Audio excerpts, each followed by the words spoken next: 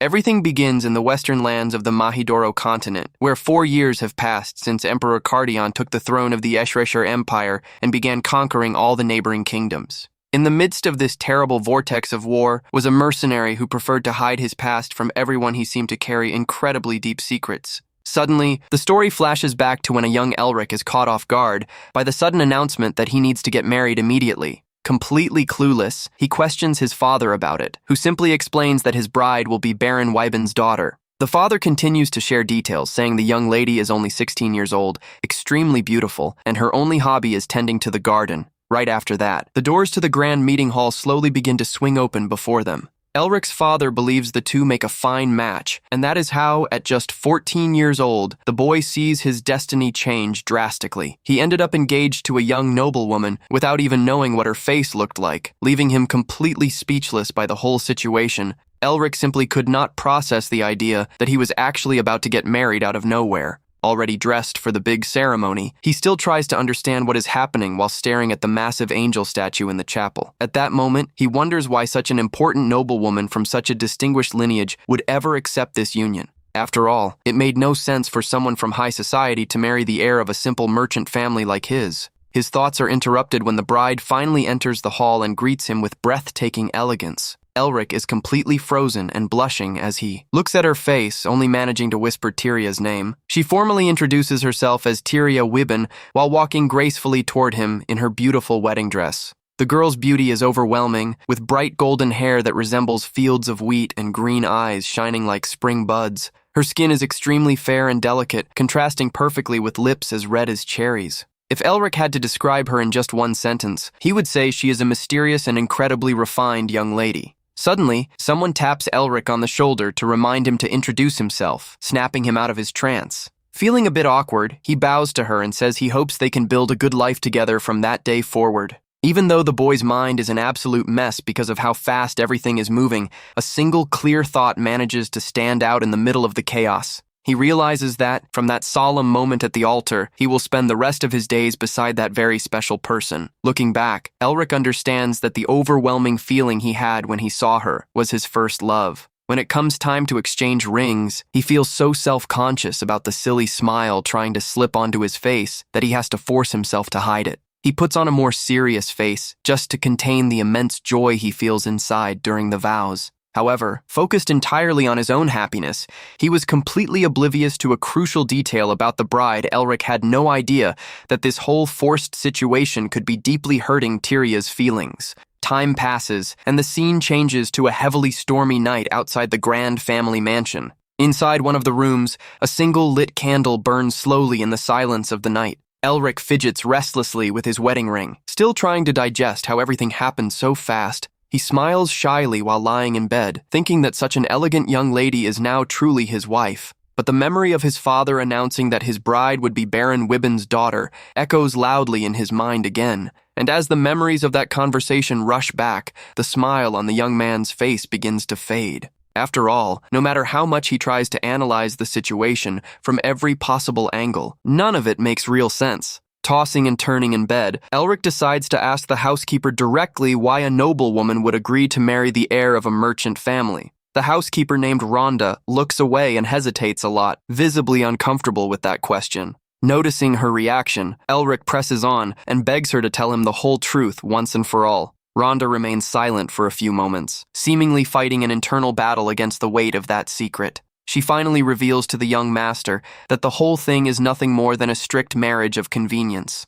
The housekeeper explains that although the Wyben family had a lot of fame and wealth in the past, today they are drowning in debt and have no funds left to survive. Because of this, Elric's father demanded the marriage as a condition to pay off all the nobles' debts and provide the necessary financial backing. She adds that through this union, the Portman merchant family will finally be able to raise their status and enter the nobility. Shocked by the revelation, Elric asks if this means the girl was basically sold to them, receiving only Rhonda's heavy silence as an answer. He falls into despair as he realizes the terrible reality behind his marital bliss. Consumed by an enormous amount of guilt, he begins to anxiously question what his own father was capable of doing. Unable to contain his emotions, Elric flings the bedroom doors open and leaves the worried housekeeper behind. He begins to run desperately through the castle hallways with an urgent need to give an explanation. All the boy wants in that moment of pure distress is to find Tyria and offer his sincerest apologies for what happened. He runs against the clock, extremely anxious, looking for any excuse or justification he can give to ease that terrible situation. Exhausted from running so much, the boy has to lean his hand against the hallway wall while trying to catch his breath. He bends over completely worn out, but his determination to speak with her keeps him from giving up right then. With his heart racing and sweat dripping down his face, he keeps panting as he approaches her room. Finally, he arrives before the grand, luxuriously decorated doors of the quarters where she is staying. As he places his hand on the wood to open it, Elric notices the door is cracked open slightly and hears a muffled sound coming from inside. Peeking silently through the crack in the door, he freezes completely upon hearing quiet sobs of crying. On the other side, young Tyria's face is completely flushed as she sheds tears of deep sadness. She appears curled up on the floor of the dark room, hugging her knees while crying softly in her loneliness. The sound of that heartbreak breaks Elric's heart, leaving him in shock as he realizes his bride's miserable state. The exact moment he sees her crying in such a painful way, the boy decides to take a step back and walk away. It was right there that he made a drastic choice and a silent promise that he would find a way to end that unhappy marriage. The scene changes to the next day, where we see Elric's father signing new business documents with all the calm in the world. While the man works peacefully in his luxurious office, quick, loud footsteps echo from outside. Suddenly, Elric slams the doors open with extreme aggression and yells for his father in a tone of pure anger. Without any hesitation, the boy immediately demands that the arranged marriage be cancelled once and for all. He confronts his father directly about the fact that Tyria was bought just to save her family from financial ruin. With eyes full of despair and anguish, the young man begs from the bottom of his heart for his father to change his mind. However, the man merely turns around slowly and speaks his son's name in an extremely cold and sharp voice. He glares at the boy with a terrifying expression and orders him to stop acting like a spoiled brat right this instant. The father stands up imposingly and reminds his son that they now belong to the nobility and that he needs to start acting like it. That incredibly cold look, completely devoid of any affection, hits the boy like a physical blow. This makes Elric remember, with a lot of bitterness, the harsh and sad reality he always lived with inside that house. After all, he always carried the burden of being seen by his own father as the son to blame for his mother passing away on the day he was born. To the patriarch, Elric was never anything more than a mere puppet, a tool with no will of its own, used only to secure the family's rise faced with so much coldness and scorn. The boy realizes that there is no room left for discussion and decides to turn his back on his father for good. He finally accepts the painful truth that he never meant anything more than a simple tool of self-interest to his own parent. It is in this moment of deep disappointment that he makes the firm decision that he needs to disappear from that house as soon as possible. He would do this both to free the poor girl who was sold for money and to completely ruin his father's grand plans for his escape to work. The young man decides to drop the Portman surname and everything that connected him to that ambitious family. That very night, an extremely heavy rain begins to pour relentlessly over the vast wheat fields of the region. Under the severe storm, the boy starts his journey of escape without looking back, carrying only a backpack and a sword at his waist. As he walks through the darkness, he still finds himself questioning the real reasons that made Tyria cry so much in that room. Elric wonders if she was suffering because she was sold, because she left her homeland, or if she was crying simply because she hated the idea of marrying him. But he knows very well that no matter how much he tries to find those answers, there is no turning back on his decision. With that, he pushes those doubts out of his head for good and decides to move forward with his escape into the unknown. Many years pass, and the story takes us to a massive and imposing stone fortress under a gray, stormy sky. A muscular man with graying hair notices someone approaching the area and asks in surprise who is out there in the middle of the rain. Seeing the mysterious young man standing before him, the man asks if he really came to that fortress to become a mercenary. With a gaze full of determination and showing no signs of hesitation, the boy answers yes in a very firm manner. He then introduces himself using his new war code name and says that from that day on, he only goes by Keisha, leaving his past completely behind. He spent 10 long years surviving on the battlefield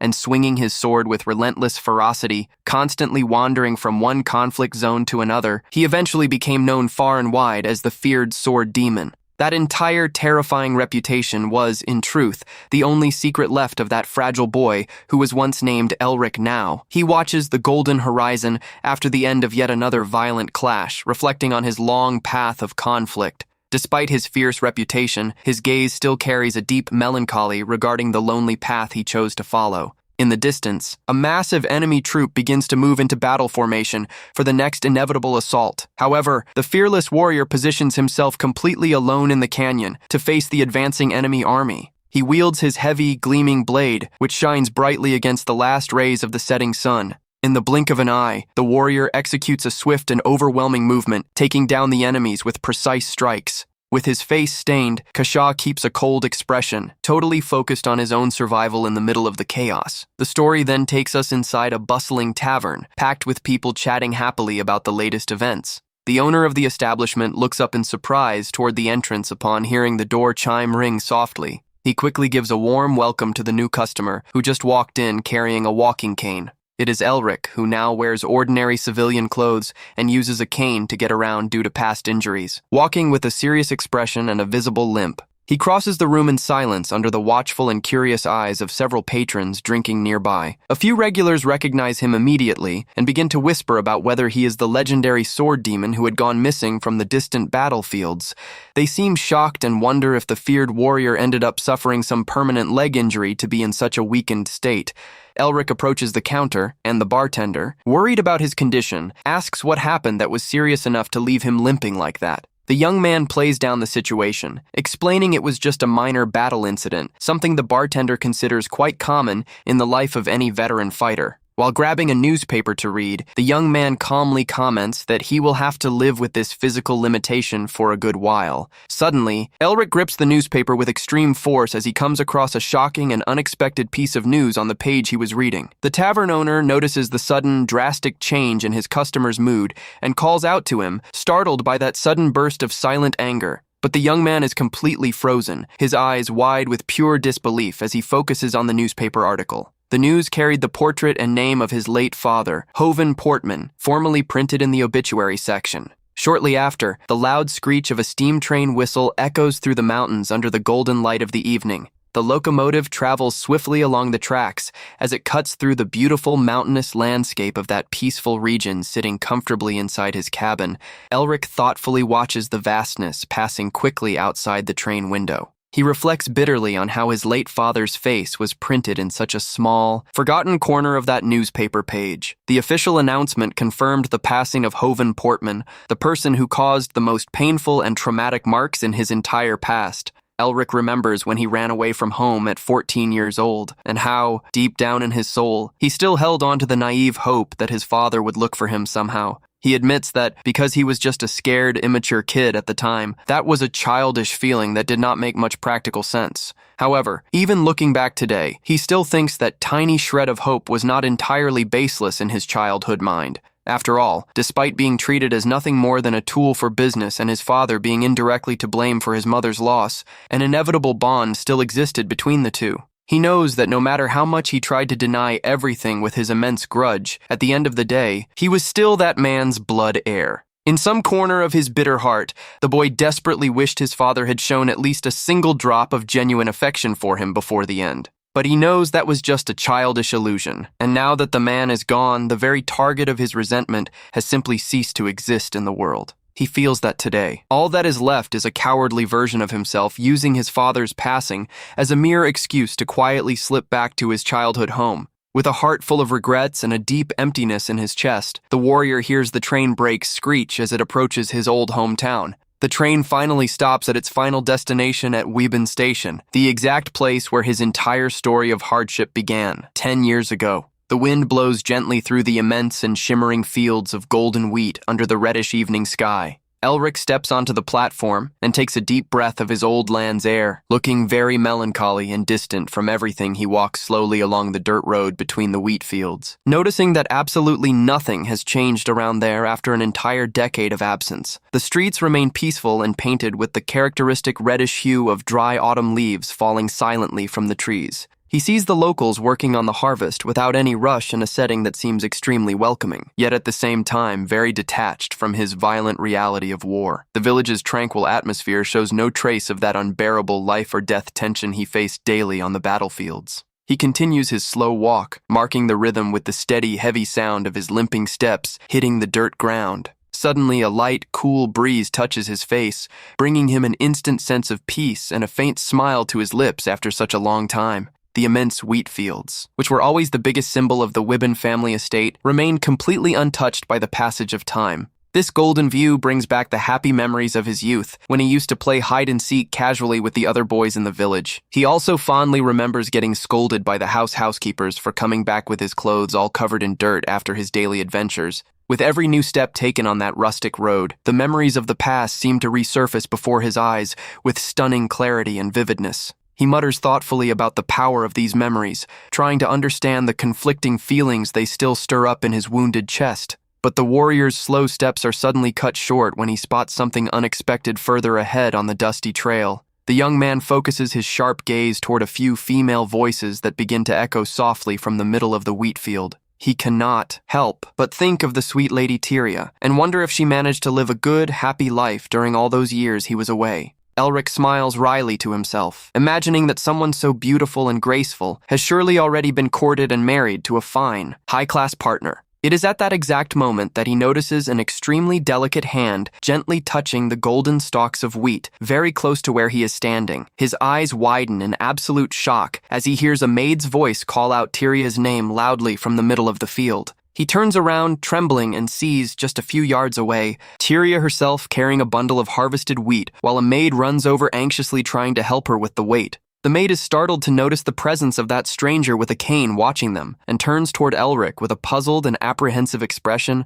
Elric watches the young lady closely, almost unable to believe he is standing before Tyria again after so much time. At that moment, the maid runs over, calling out anxiously for her lady as she hurries along. The young man gets extremely confused, wondering how on earth she could still be living so simply on that farm. He is completely disbelieving of the whole situation. Elric asks why she is still there. Tyria, feeling a bit flustered, answers that the reason she is still there is because she is still his lawful wife by law. Upon hearing that calm statement, the young man feels like the biggest fool in the world for all his reckless actions during his youth. He realizes how naive he was to believe that forced marriage would simply be annulled by his sudden disappearance. After all, if that arranged union could be undone so easily, she never would have been sold to his family in the first place. He questions whether his selfish actions in the past ended up trapping and stealing away the very last drop of freedom from that poor woman. The young man realizes that, at the end of the day, he was incapable of acting maturely and doing right by the people around him.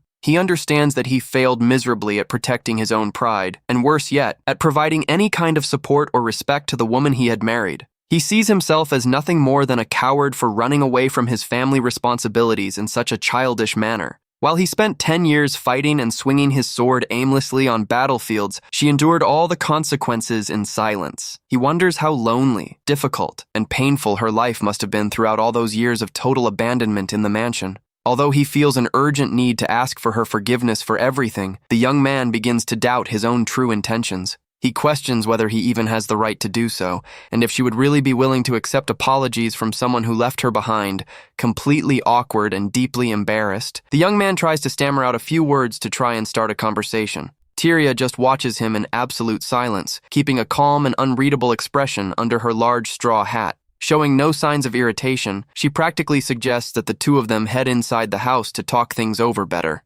Next, she begins to walk calmly back toward the mansion, allowing him to follow right behind her on the dirt road. Elric accompanies her in silence, feeling extremely tense and uncomfortable with all that unexpected calmness on her part. Deep down, he desperately wished she would at least get upset or yell at him for all the suffering he caused. After all, her extreme indifference seemed to hide a hurt far worse than any sudden burst of anger. As they walk toward the large estate under the reddish sky, he keeps questioning what truly awaits him from here on out. Suddenly, he notices movement coming from the house entrance and turns quickly with a surprised look. The young man's eyes widen as he spots a very familiar figure stepping out of the mansion's main door. Tyria keeps moving toward the entrance, while the young man stays a bit further back on the dirt road due to his injured leg. She notices his obvious hesitation, stops her steps, and asks gently if he isn't going to join her inside. Caught off guard by the unexpected gentleness in her voice, Elric swallows hard and tries to quickly compose himself from the surprise. He replies that he is on his way and grips his cane firmly, quickening his awkward pace to try and catch up with her.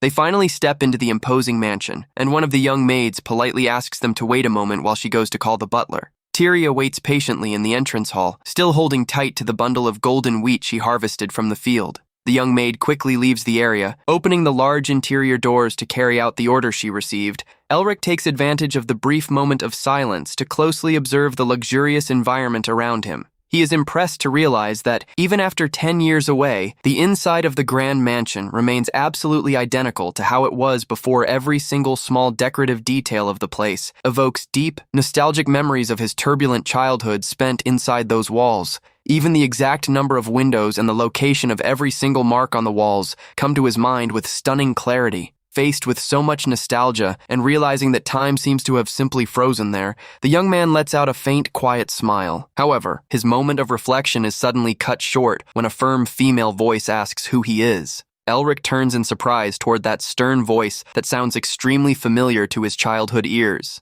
An elegant woman wearing glasses and formal housekeeper attire approaches slowly and seriously, questions whom he came to visit. The young man is in absolute shock as he recognizes that the woman before him is none other than Rhonda, his trusted old housekeeper. He notices that even after an entire decade, she has changed absolutely nothing about her stern appearance and flawless posture. With a slight smile on his lips, the young man asks casually if she really can't recognize him. Rhonda watches him very intently, visibly confused by such an intimate question coming from a complete stranger with a cane. However, as she focuses her eyes on the young man's striking features, she finally realizes who he is, and her eyes widen in complete shock of recognition. Rhonda is completely stunned and stammers out the title of young master while watching the young man smile back affectionately. With trembling hands and tears in her eyes, she asks if that man before her is truly her dear boy Elric. He hugs her warmly and says softly that it has been a very long time and he is finally back home. Holding back her tears, the dedicated housekeeper gets emotional as she confirms that the young man she helped raise has returned safe and sound.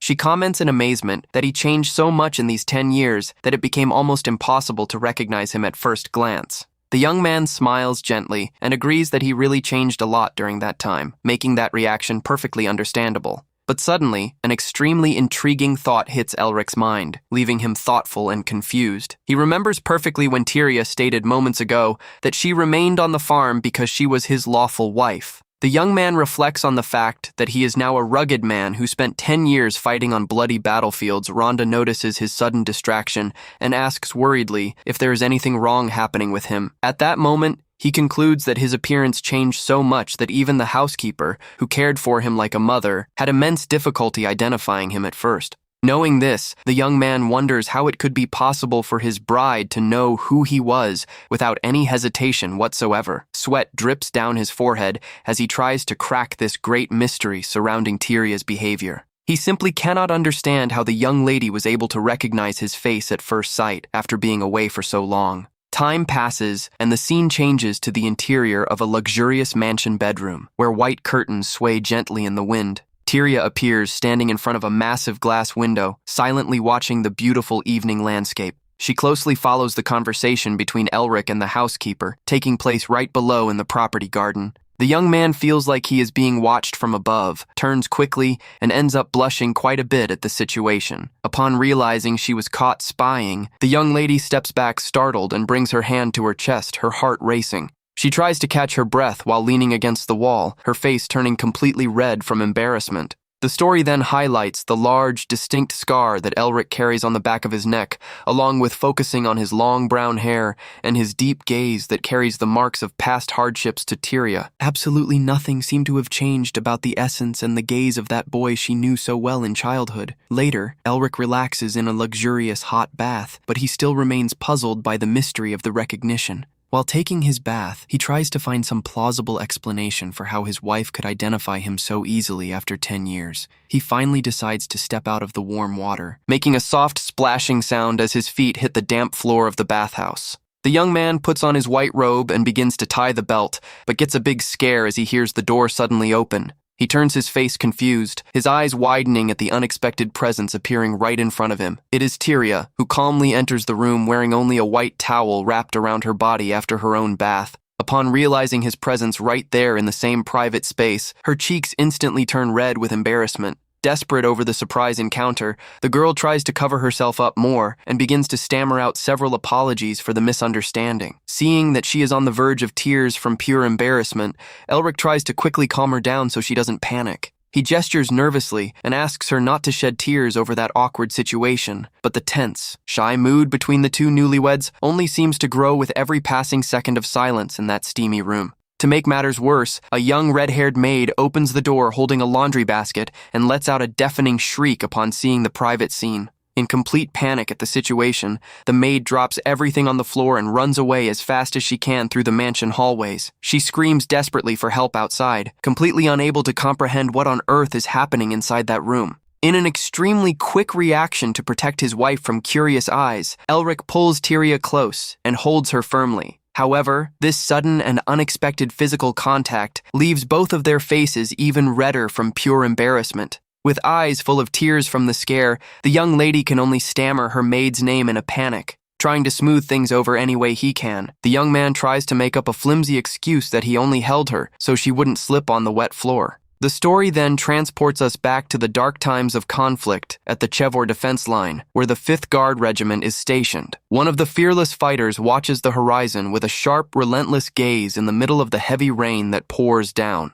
From the enemy side emerges the feared vanguard knight of the Imperial Army, LeBron, leading the elite assault group with a grim smile on his face. With battle cries echoing from all sides, the troops receive orders to charge with everything to crush the local defense forces. LeBron taunts his opponents at the top of his lungs, raising his massive sword and promising he will cut every single one of them down without mercy. In an extremely brutal assault, the powerful enemy commander begins to take down several guards at once, spilling blood on the wet earth. Desperate in the face of such a massive gap in power, the surviving soldiers shout that it is impossible to defeat that armored warrior. With no other viable option to prevent a total wipeout, the officers order an immediate retreat of all units back behind the defensive line.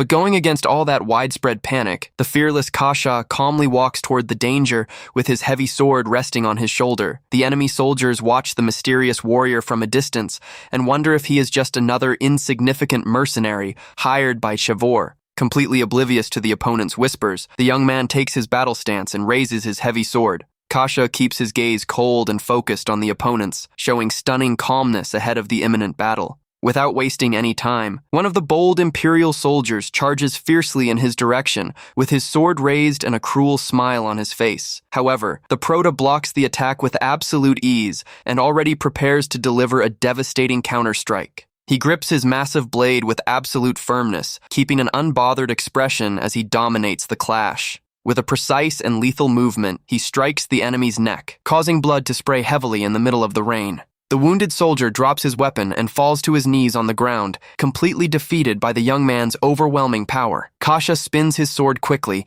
and takes down the opponent with a single clean, relentless strike. The soldier's bloodied helmet rolls through the mud right in front of his comrades, spreading panic among the Imperial troops. The other soldiers watching the scene freeze in pure terror and begin to break into a cold sweat before that monstrous strength. Standing beside the fallen body, the warrior solemnly introduces himself as Kasha, the legendary mercenary knight of Chevor. He challenges the remaining enemies to step forward if they have the courage, promising he will cut down every last one of them without a second thought. But suddenly, a shiver runs down his spine as he senses a lethal threat rapidly approaching. The Prota reacts in that exact instant and activates his mana shield to try and protect himself from the surprise attack. However, a powerful projectile bursts through his protective barrier with violence and hits his left knee dead on, feeling excruciating pain. The young man falls to his knees and uses his own sword as support to keep from collapsing on the bloody ground. Kasha grinds his teeth and looks up with great difficulty,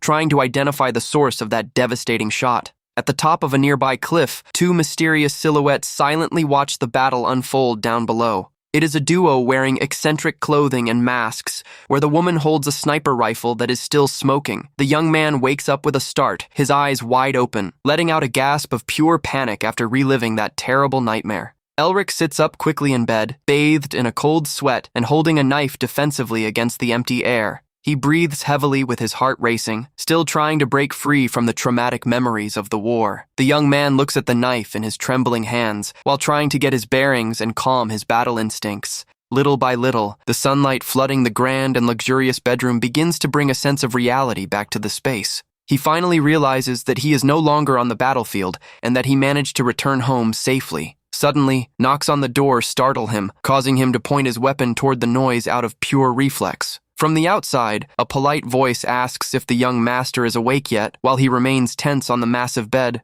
Elric hesitates for a brief moment and stays quiet, trying to control his uneven breathing before answering. He finally answers in a restrained manner that, yes, confirming he is awake. While saying he just woke up, the young man quickly hides the knife behind his back to avoid raising any suspicion. One of the dedicated maids enters the room, bringing a wooden basin full of water so he can wash up. The proto remembers that as soon as he asked for cold water to clean himself, a basin overflowing with freezing water was delivered to him without delay. He gets dressed in incredibly soft and comfortable clothes, feeling as though he is wearing almost nothing compared to the heavy armor from before. Looking at himself in the mirror while leaning on his cane, Elric reflects that living surrounded by so much luxury feels like a reward he doesn't deserve. The young man tries to force a smile at his own reflection, but the resulting expression feels strange and unnatural to him. He begins to walk slowly and wonders if all that time of hardship on the battlefield ended up turning his face to stone. Housekeeper Rhonda opens the door and praises the young master's look, next suggesting they start the day with a good breakfast. She stands with her usual flawless and elegant posture, waiting for him to join her. Noticing the young man's limping walk, the housekeeper asks worriedly what happened to his leg, and he makes up a lie that he ended up falling down a steep hill out of pure distraction.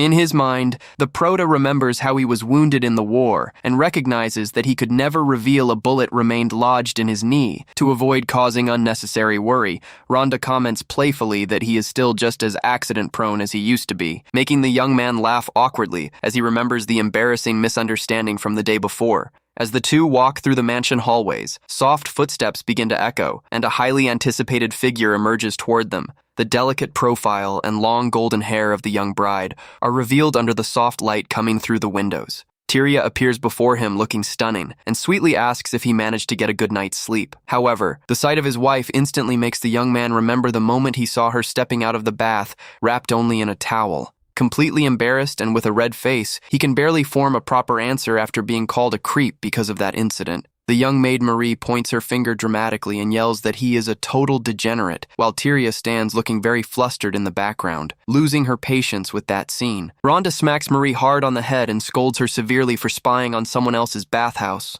While dragging the noisy maid away from there by the collar, the housekeeper politely wishes the young man a pleasant stay in the mansion. Feeling a bit uncomfortable with the chaotic welcome, Elric clears his throat to try and clear the heavy air. He forces a friendly smile and wishes his wife a good morning, casually commenting that he managed to sleep very well. While observing the cozy dining room environment, the young man notices Marie's absence and asks the new maid's name since he didn't remember her from his last visit. However, he almost chokes on what he was eating and slams his hand on the table out of pure surprise when Tyria mentions the incident where the maid called him a creep. Desperate to drop the subject, the proto gestures frantically with his hands and insists that she doesn't need to worry about that. He rests his hand firmly on the handle of his cane, trying to regain his composure in the face of the awkward situation. With a visibly flushed face, Elric tries to explain himself by saying it was just a silly curiosity because he had never seen the girl before. Tyria glares at him with narrowed, extremely sharp eyes, seemingly not entirely convinced by that rushed excuse.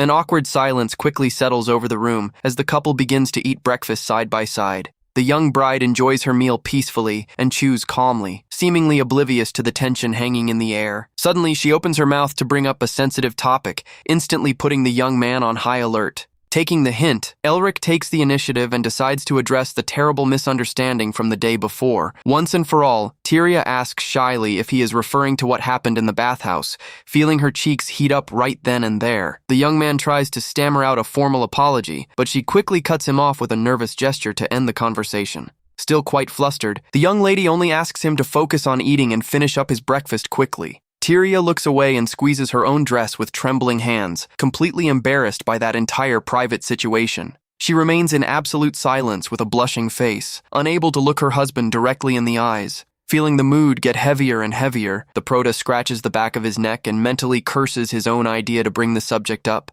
He remembers how he was dressed in only a robe in the bathhouse and realizes he ended up exposing way too much. Elric remembers bitterly the countless deep scars covering his body, wondering to himself if she ended up shocked by the marks of his violent past in the war. The two continue eating in an almost deafening silence, where only the sound of silverware against plates can be heard. The young man deeply regrets not simply ignoring what happened, feeling that the awkward atmosphere is going to drive them both crazy. To escape from there as quickly as possible, he begins to stuff food into his mouth in an extremely rushed and almost desperate manner, with his cheeks totally full. The young man quickly wipes his mouth while his wife watches him in complete shock at that sudden lack of manners. Giving a thumbs-up sign, the young man announces with a full mouth that he is already on his way out and wishes her a good rest of her meal. He stands up quickly and leaves the dining room, clicking the wooden door shut right behind him. Tyria watches the closed door for a few moments and lets out a shy sigh at her husband's unexpected behavior.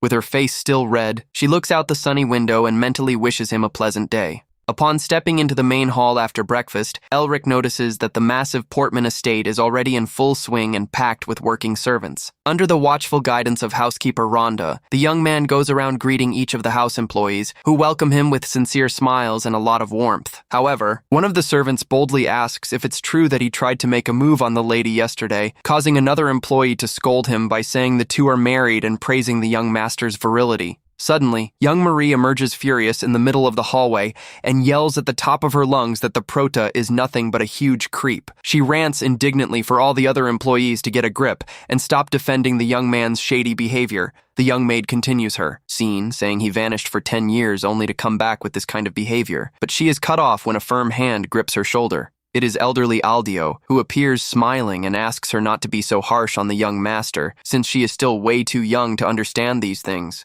The experienced employee explains naturally that the main duty of any noble is to secure a legitimate heir for the family lineage. Aldio argues enthusiastically that Elric was merely faithfully fulfilling his marital obligations in the bathhouse, and that he proved to be a true noble by not forgetting his duties even after a decade away. The young man feels completely mortified by the embarrassing conversation, while Marie keeps shouting protests that he is the worst kind of pervert. The friendly old man ignores the girl's protests and asks expectantly if the young master has finally returned home for good, making Elric let out a very awkward laugh. Squeezing the handle of his cane tightly, the prota reflects in silence that, in truth, he still hasn't made any decision about his future. He knows the severe injury to his knee will force him to stay in the mansion for some time, but he questions how he could act as the rightful lord of that beautiful property surrounded by golden wheat fields after being away for so many years, trying to change the subject. Elric mentions he needs to take care of some errands now, and that they will talk more later, receiving a respectful nod from Aldio, who celebrates his return. Next, the young master orders the experienced employee to prepare the carriage for his immediate departure.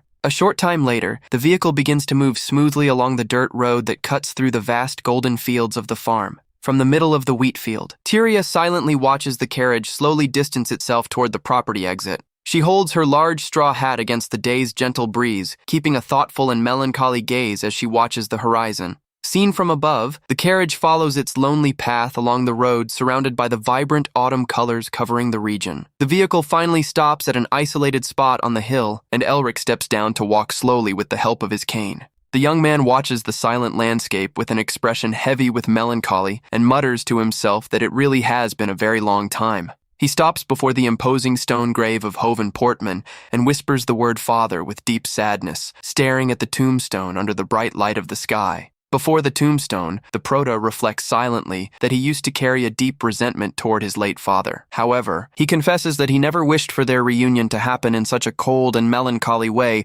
Hovan Portman had been an extremely determined man who raised the family lineage from mere merchants to the most important guild in Wibben, but his relentless coldness also earned him countless enemies throughout his life. The young man wonders if his father ever directed a sincere smile or a single affectionate word to him, concluding that he should have lived a little longer if he wanted to maintain his villainous stance until the end. He fixes his eyes on the crest, carved into the funeral monument, and silently laments that his father departed so soon. With a faint sigh, Elric decides to look away from the grave and prepares to turn his back on that place under the blue sky. The young man admits to himself that he no longer carries the bitterness and grudge of the past that used to plague his heart. The young man then turns around slowly and calls out to Aldio, who was waiting patiently a bit further back. He asks directly how his father passed away, and the loyal employee answers that the cause was a severe heart condition that struck him down. Elric is surprised to learn that the deceased hid the truth about his health condition until the very end, leaving only his personal doctor and Aldio himself aware of the situation.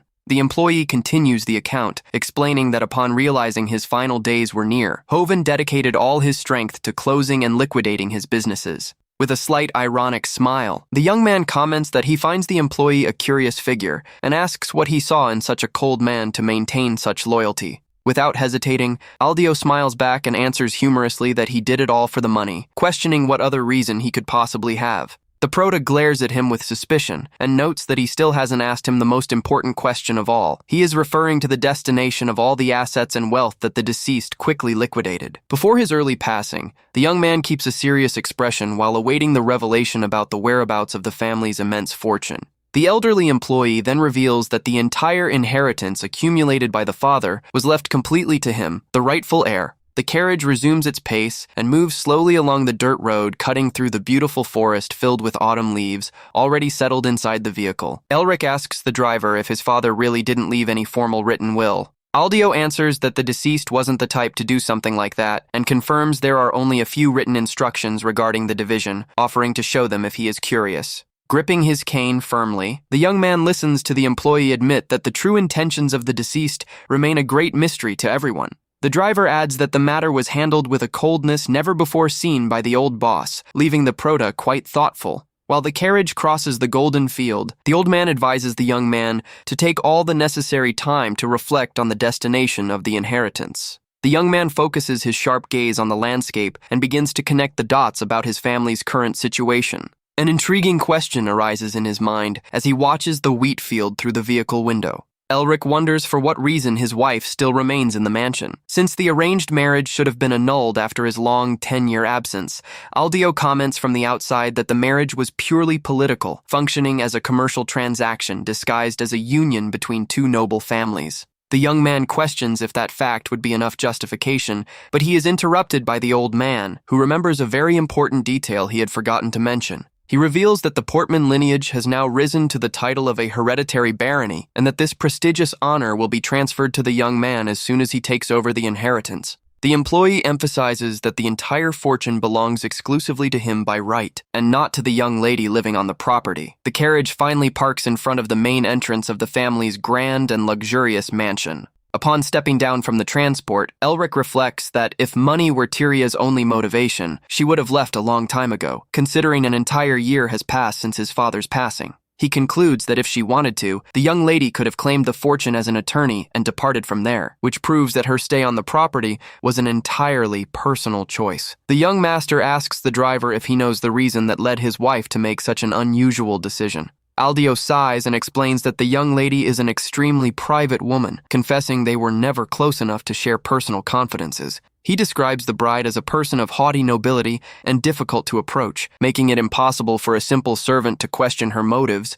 Elric agrees that she seems to be someone complicated to deal with, and points out that she is still a complete stranger to him, since the two have only ever met in person once. The old man gives the horse a light pat and ponders wisely that in truth, practically every marriage of convenience starts exactly that way. The young man begins to climb the stone steps with difficulty, leaning the full weight of his injured body on his cane. At the top of the stairs, he runs into Tyria leaning against one of the imposing pillars, looking quite shy at his approach. The girl hides her blushing face under the brim of her large hat, showing the obvious embarrassment she still feels in her husband's presence. She squeezes her own hands tightly against her dress, revealing her extreme shyness and internal fluster with the sudden encounter. With hesitant steps, the young bride begins to walk slowly toward the house entrance. Noticing her presence, Elric takes the initiative and asks gently if she just returned from her walk. Surprised by the approach, Tyria blushes heavily and asks in surprise when it was that the young man arrived from his trip.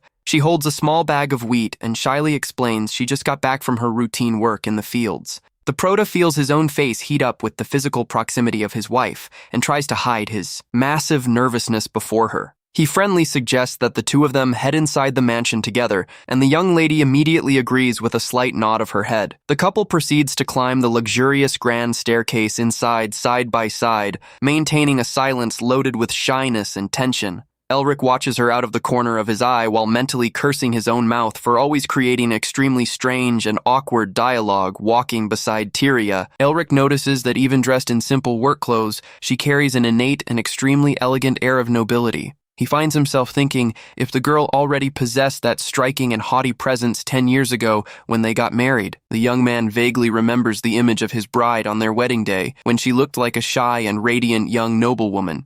Suddenly, a loud noise brings him back to reality and makes him jump in surprise in the middle of his thoughts. Due to his injured leg, the prota ends up tripping awkwardly and startles his wife, who asks worriedly if he is okay. Elric slams his cane against the ground hard to regain his balance and avoid an embarrassing fall. He forces a tight smile and lies, saying he is doing great, claiming his legs just failed for a moment due to the long walk, while wondering to himself how long she had been watching him walk in that limping way. The young man apologizes for not being able to carry the bag of wheat for her due to his injured leg as they continue up the stairs. Tyria answers that it's totally fine and that she already got used to it, which makes the prota feel quite embarrassed and awkward for having abandoned his wife for so long and now offering late apologies. The young bride stares at him with her striking sharp eyes, conveying a calm and deep seriousness in her gaze. She explains she meant she got used to the hard work because she learned everything directly from the late patriarch of the Portman family. Surprised by the revelation, Elric mutters that acting strictly and demanding the maximum from others was indeed his late father's signature style. The young man recalls that the patriarch Hovan Portman was a relentless man who made a point to personally inspect every single sector of his businesses, including the vast wheat fields. He reflects that since his father had liquidated all other ventures, leaving only that farm, it was perfectly natural that he had transferred the entire management of the lands to Tyria.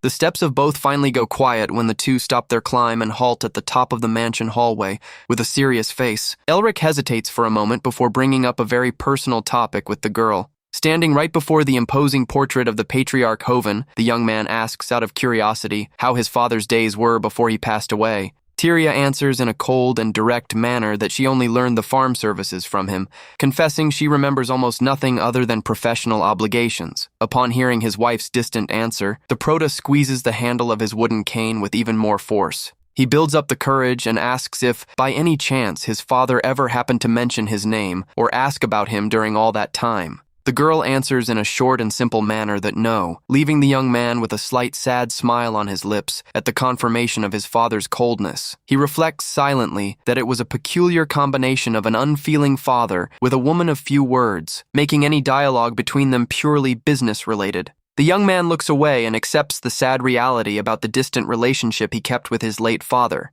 Tyria asks to be excused to head back to her daily duties, leaving the young man confused as he believed she had already wrapped up her work for the day. She clarifies that she still needs to review all the office paperwork, causing Elric to be amazed by the amount of obligations under her responsibility. The young master asks in surprise if she really takes care of the wheat farm during the day and still reviews bureaucratic documents at night, and she shyly confirms yes. The girl says goodbye, mentioning she will see him again only at dinner time, and he merely nods in silence as he watches her walk away. The young man remains motionless in the hallway, following his wife's departure with a gaze heavy with distress. At that instant, Elric is flooded by a deep sense of guilt upon realizing that entire workload should be his responsibility. Feeling ashamed for having lived selfishly while she suffered in his place, he reflects that his conscience would be much lighter if she at least showed some grudge or resentment against him, but the girl never uttered a single word of complaint during all these years, feeling the weight of his thoughts. The prota begins to limp slowly toward the mansion office.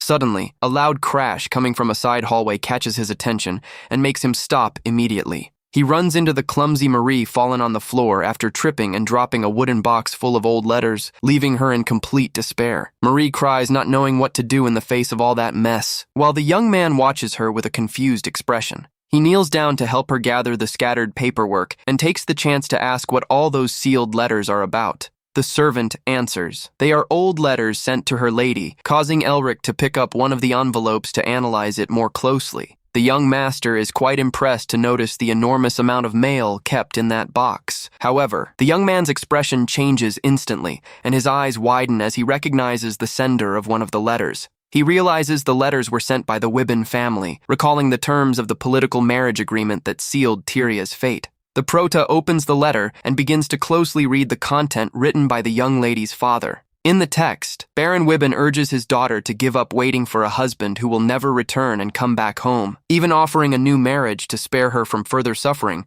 Elric realizes his father had transferred the entire family fortune to his name, leaving his daughter-in-law without a single penny, even after 10 years of exclusive dedication to the Portman property. He rests the letter on the wooden office desk, recognizing that if his wife had taken the entire inheritance for herself, it would be nothing more than a fair payment for her years of effort. The young man sits at the desk and rests his head in his hands, questioning if the true reason Tyria stayed there was just to preserve the legacy left by her late father-in-law. However, he still cannot understand why she dedicated herself so much to a cause that would yield her no financial reward. Elric remains seated in the luxurious office chair, completely focused on trying to figure out his wife's true intentions. He focuses his deep, sharp eyes on the empty space, determined to find the answers he seeks about the girl's behavior. He concludes that if her goal were purely material inheritance, she would have already taken possession of all the assets and departed from the mansion about a year ago, right after the patriarch's passing. The young man leans over the documents scattered on the desk. Trying to crack the mystery surrounding the young lady's devotion, he opens one of the desk drawers and comes across a pile of stored letters,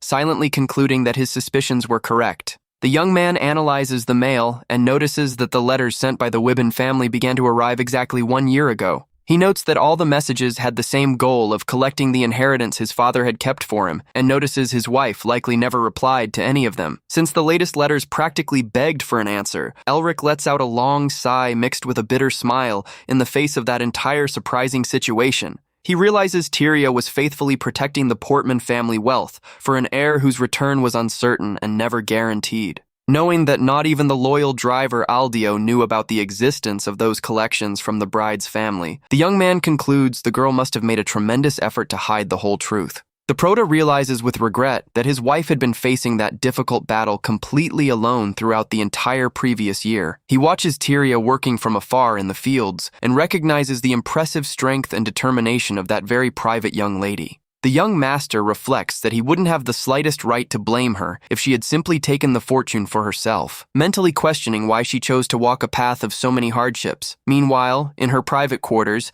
the young lady settles before the vanity and begins to get ready for the meeting requested by her husband. She delicately styles her blonde hair and clips a light satin ribbon bow at the back of her head. Wearing an elegant dark blue dress with lace details, Tyria watches her own reflection in the mirror with a very serious and thoughtful expression. Suddenly, young maid Marie pops into the room, her cheeks red with excitement as she celebrates that the moment has finally arrived. The servant joins her hands together and yells enthusiastically that the young master finally took the initiative to request a private meeting with his wife. The girl makes a funny face and grumbles that although his behavior in the bathhouse was unforgivable, she remembers the words of wisdom from butler Aldio. Marie loudly insists that giving an heir to the family would also be wonderful for the lady herself, leaving Tyria completely red and confused by such boldness. Unable to contain her exaggerated excitement, the maid begins to jump with joy around the room with little skipping steps. She suddenly lunges forward and grabs the skirt of her lady's luxurious blue dress with a lot of force.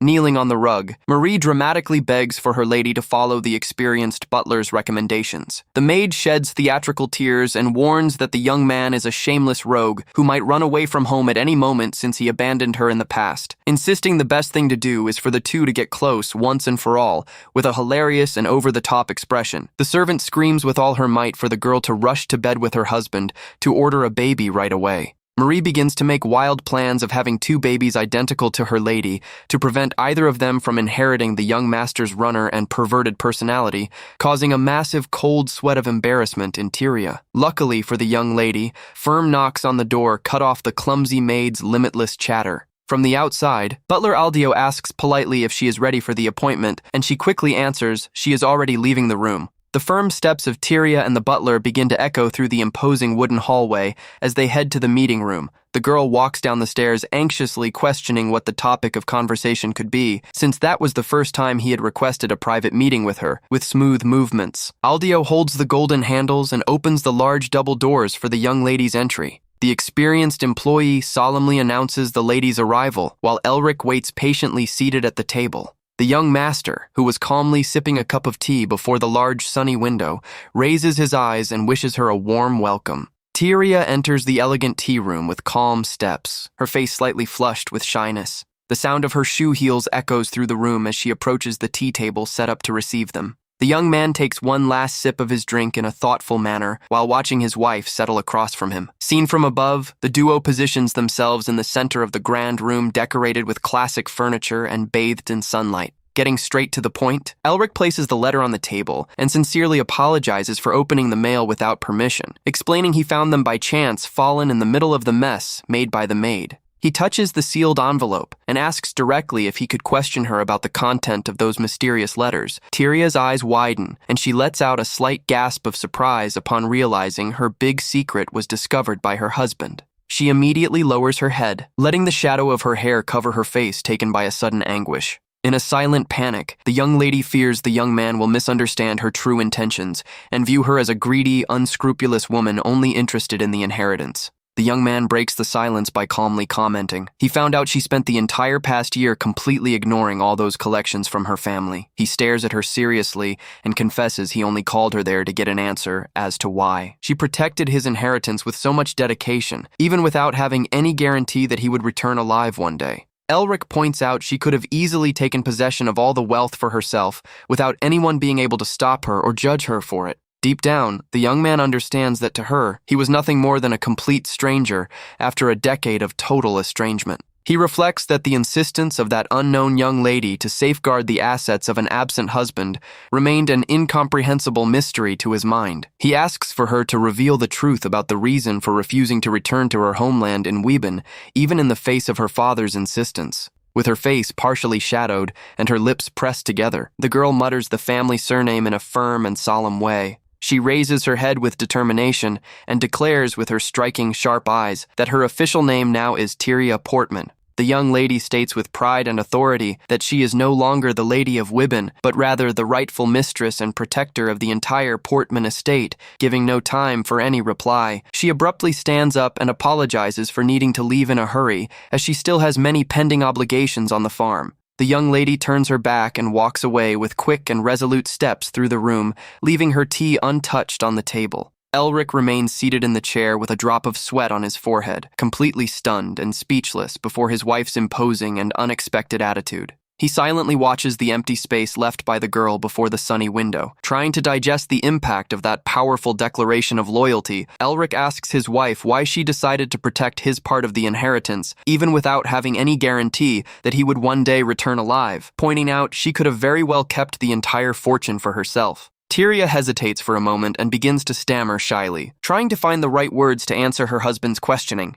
She swallows hard and gets intensely blushing cheeks while trying to contain her nervousness before the young man. Raising her gaze firmly, the young lady stares at him with her striking sharp eyes and answers simply that she acted that way because she is his wife. Meanwhile, in the office, Elric holds a small knife and drives it thoughtfully against the wooden paneling of the wall. Seated in his chair, the young master reflects in silence on everything that happened and the true motivations of his partner. He remembers the girl's strong statement asserting that she now belongs to the Portman family and will take the responsibility and duty to protect that property. The sound of the blade hitting the wall echoes through the silent room while he remains lost in his thoughts. Elric wonders if the true feeling hidden behind that cold and formal answer was just the sense of duty of a noble woman. He realizes she protected all the remaining wealth not out of greed, but to fulfill her obligation, an unselfish attitude that instantly makes him remember an old acquaintance from the past. The young man brings to memory the figure of Elvis Graham, a man who deeply marked his military path. Elric recalls he met Elvis on the battlefields as the third son of an influential family that had hired him as a mercenary during a territorial war.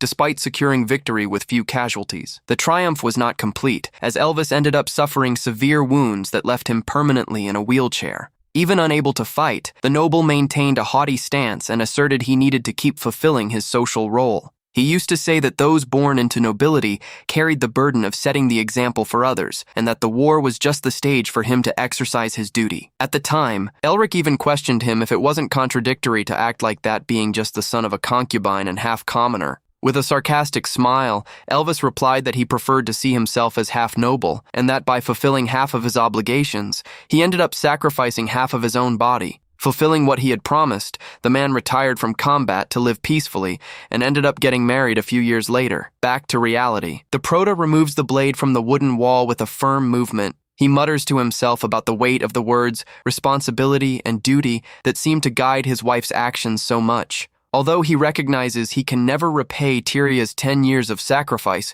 the young man knows he is not totally empty-handed before that situation. Aware that the girl's greedy family will keep sending mail collecting the inheritance, he deduces their apparent physical absence is due to some hurdle and not for lack of will. Knowing his wife will never reveal her deepest feelings, even if he presses the matter, Elric decides to act on his own. Fortunately, the young man plans an alternative path to find out the whole truth behind that story once and for all. With that, a carriage travels toward the luxurious estate of the Wibbin family. Elric arrives before the iron gates of the Grand House and concludes the best strategy right now is to make a direct approach. The young master walks elegantly through the garden, recognizing the grandeur of the place and feeling confident for the clash that is to come. Meanwhile, on the inside of the residence, the hosts have already been informed of the visit and comment with disdain about the young man's nerve to finally show his face. Baron Wibbin and his wife walk hurriedly through the hallways, spitting venom against their son-in-law and calling him a useless, broke guy of humble origins.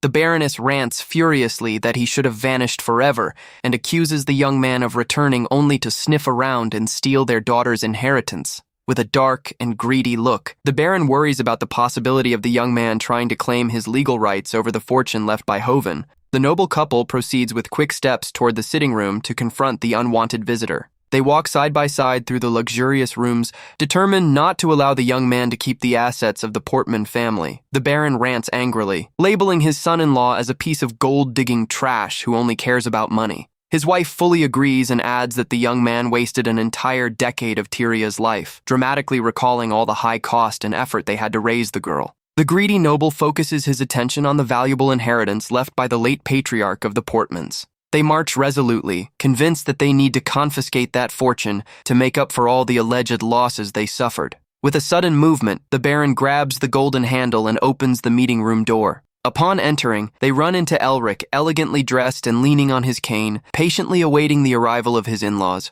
The young master bows politely and formally introduces himself as Elric Portman, asking for sincere apologies for the long delay in coming to visit them. Sitting at the table with crossed arms, the Baron comments with irony about the 10-year disappearance, while his wife pretends to understand the situation with a fake smile behind her fan. Without wasting time on formalities, the young man directly mentions that he had the opportunity to read the letter sent by them to his mansion. The father-in-law finds it ridiculous that the young man only read the message now, but insists on speeding up the conversation by asserting he sent the letter out of pure fatherly concern for his daughter's abandonment. He accuses Elric of being a shameless rogue for abandoning Tyria after the Wibbin family helped elevate the Portmans to noble status. Greedily mentioning the great inheritance left by the late patriarch, the Baron lets out a mocking laugh and openly insults his son-in-law's humble origins, mocking the fact that he came back crippled and questioning his ability and right to manage any fortune. He clears his throat and says arrogantly that since the inheritance was being managed exclusively by Tyria, the young man clearly has no knack for business. From the other side of the table, the noble couple lays their cards on the table in a direct manner, demanding the delivery of the entire Portman fortune as financial compensation for their daughter's abandonment. The patriarch of the Wibbins insists his son-in-law is shameless for wanting to claim the assets and doubts he would give any useful destination to the money inherited from his father. Hiding her greedy smile behind her fan, the Baroness backs her husband and adds that the young man lacks the competence to manage the lands, falsely lamenting her daughter's suffering. With dark and malicious looks, the noble couple concludes the best solution is for them to take total control of the fortune, ensuring they will put every single penny of the inheritance to excellent use. Faced with all those absurd demands, Elric only lets out a long and heavy sigh. He feels his eyes burn with fury and thinks about how repulsive that situation is, realizing that behind all the smooth talk, the only real goal of that couple is to steal the inheritance left by his late father now that Tyria is alone. The young man concludes the two saw the perfect opportunity to strike it rich at the expense of someone else's assets, without caring in the slightest about their own daughter's well-being, while trying to usurp the lands just to line their pockets with gold. Overcome by deep disgust, the young master realizes he can no longer stand to hear even a single word coming from such loathsome people. Elric closes his eyes to take a deep breath and coldly warns that, before anything else, he would like to clarify one point. He stares at them firmly and apologizes for not bringing his wife to that meeting, seriously explaining she is very busy managing the farm tasks at the moment. Baron Joseph Wibbin completely loses his patience, slams his hand hard on the table, and yells for his son-in-law to stop trying to change the subject, demanding total focus on the discussion about the division of the inheritance. The man rants furiously for the young man to stop being greedy and hand over the fortune to the two of them already, questioning if he really thinks it's fair to claim these assets after spending 10 long years away from home. In the face of his father-in-law's relentless shouting accusing him of greed, Elric covers his own face and lets out a sarcastic laugh, repeating the word greedy with total contempt. He slowly moves his fingers away, focusing his intense, sharp eyes on the man, and asks in a threatening tone of voice what exactly Joseph intends to do if he decides to act with the mentioned greed. The Baron swallows hard and stammers scared, while his son-in-law intimidatingly repeats the question of what they would do if he resolved to take possession of all the wealth for himself. The young man challenges his father-in-law to say something and reveal what his reaction would be, mocking the fact that the man suddenly went quiet right after shouting with so much arrogance, giving no chances for answers. Elric strikes the table hard and asks sharply if the noble's proud mouth dried up so fast in the face of a real confrontation. The Baron shudders and yells enraged, while calling his son-in-law an insolent scoundrel. The young master stares at him coldly and notes that, by the looks of it, his father-in-law finally understood whom he was actually dealing with. The young man recalls his 10 years of pure survival on the battlefields, remembering there is no need for exaggerated movements or showing foolish fury against weak opponents. He reflects that at the end of the day, nothing will change the final outcome of that situation, regardless of the meaning he tries to give to his own actions. Elric looks deep into the Baron's eyes and advises him to keep his mouth tightly shut from that instant on, warning that would be the best choice if the two still want to keep receiving financial support from Tyria.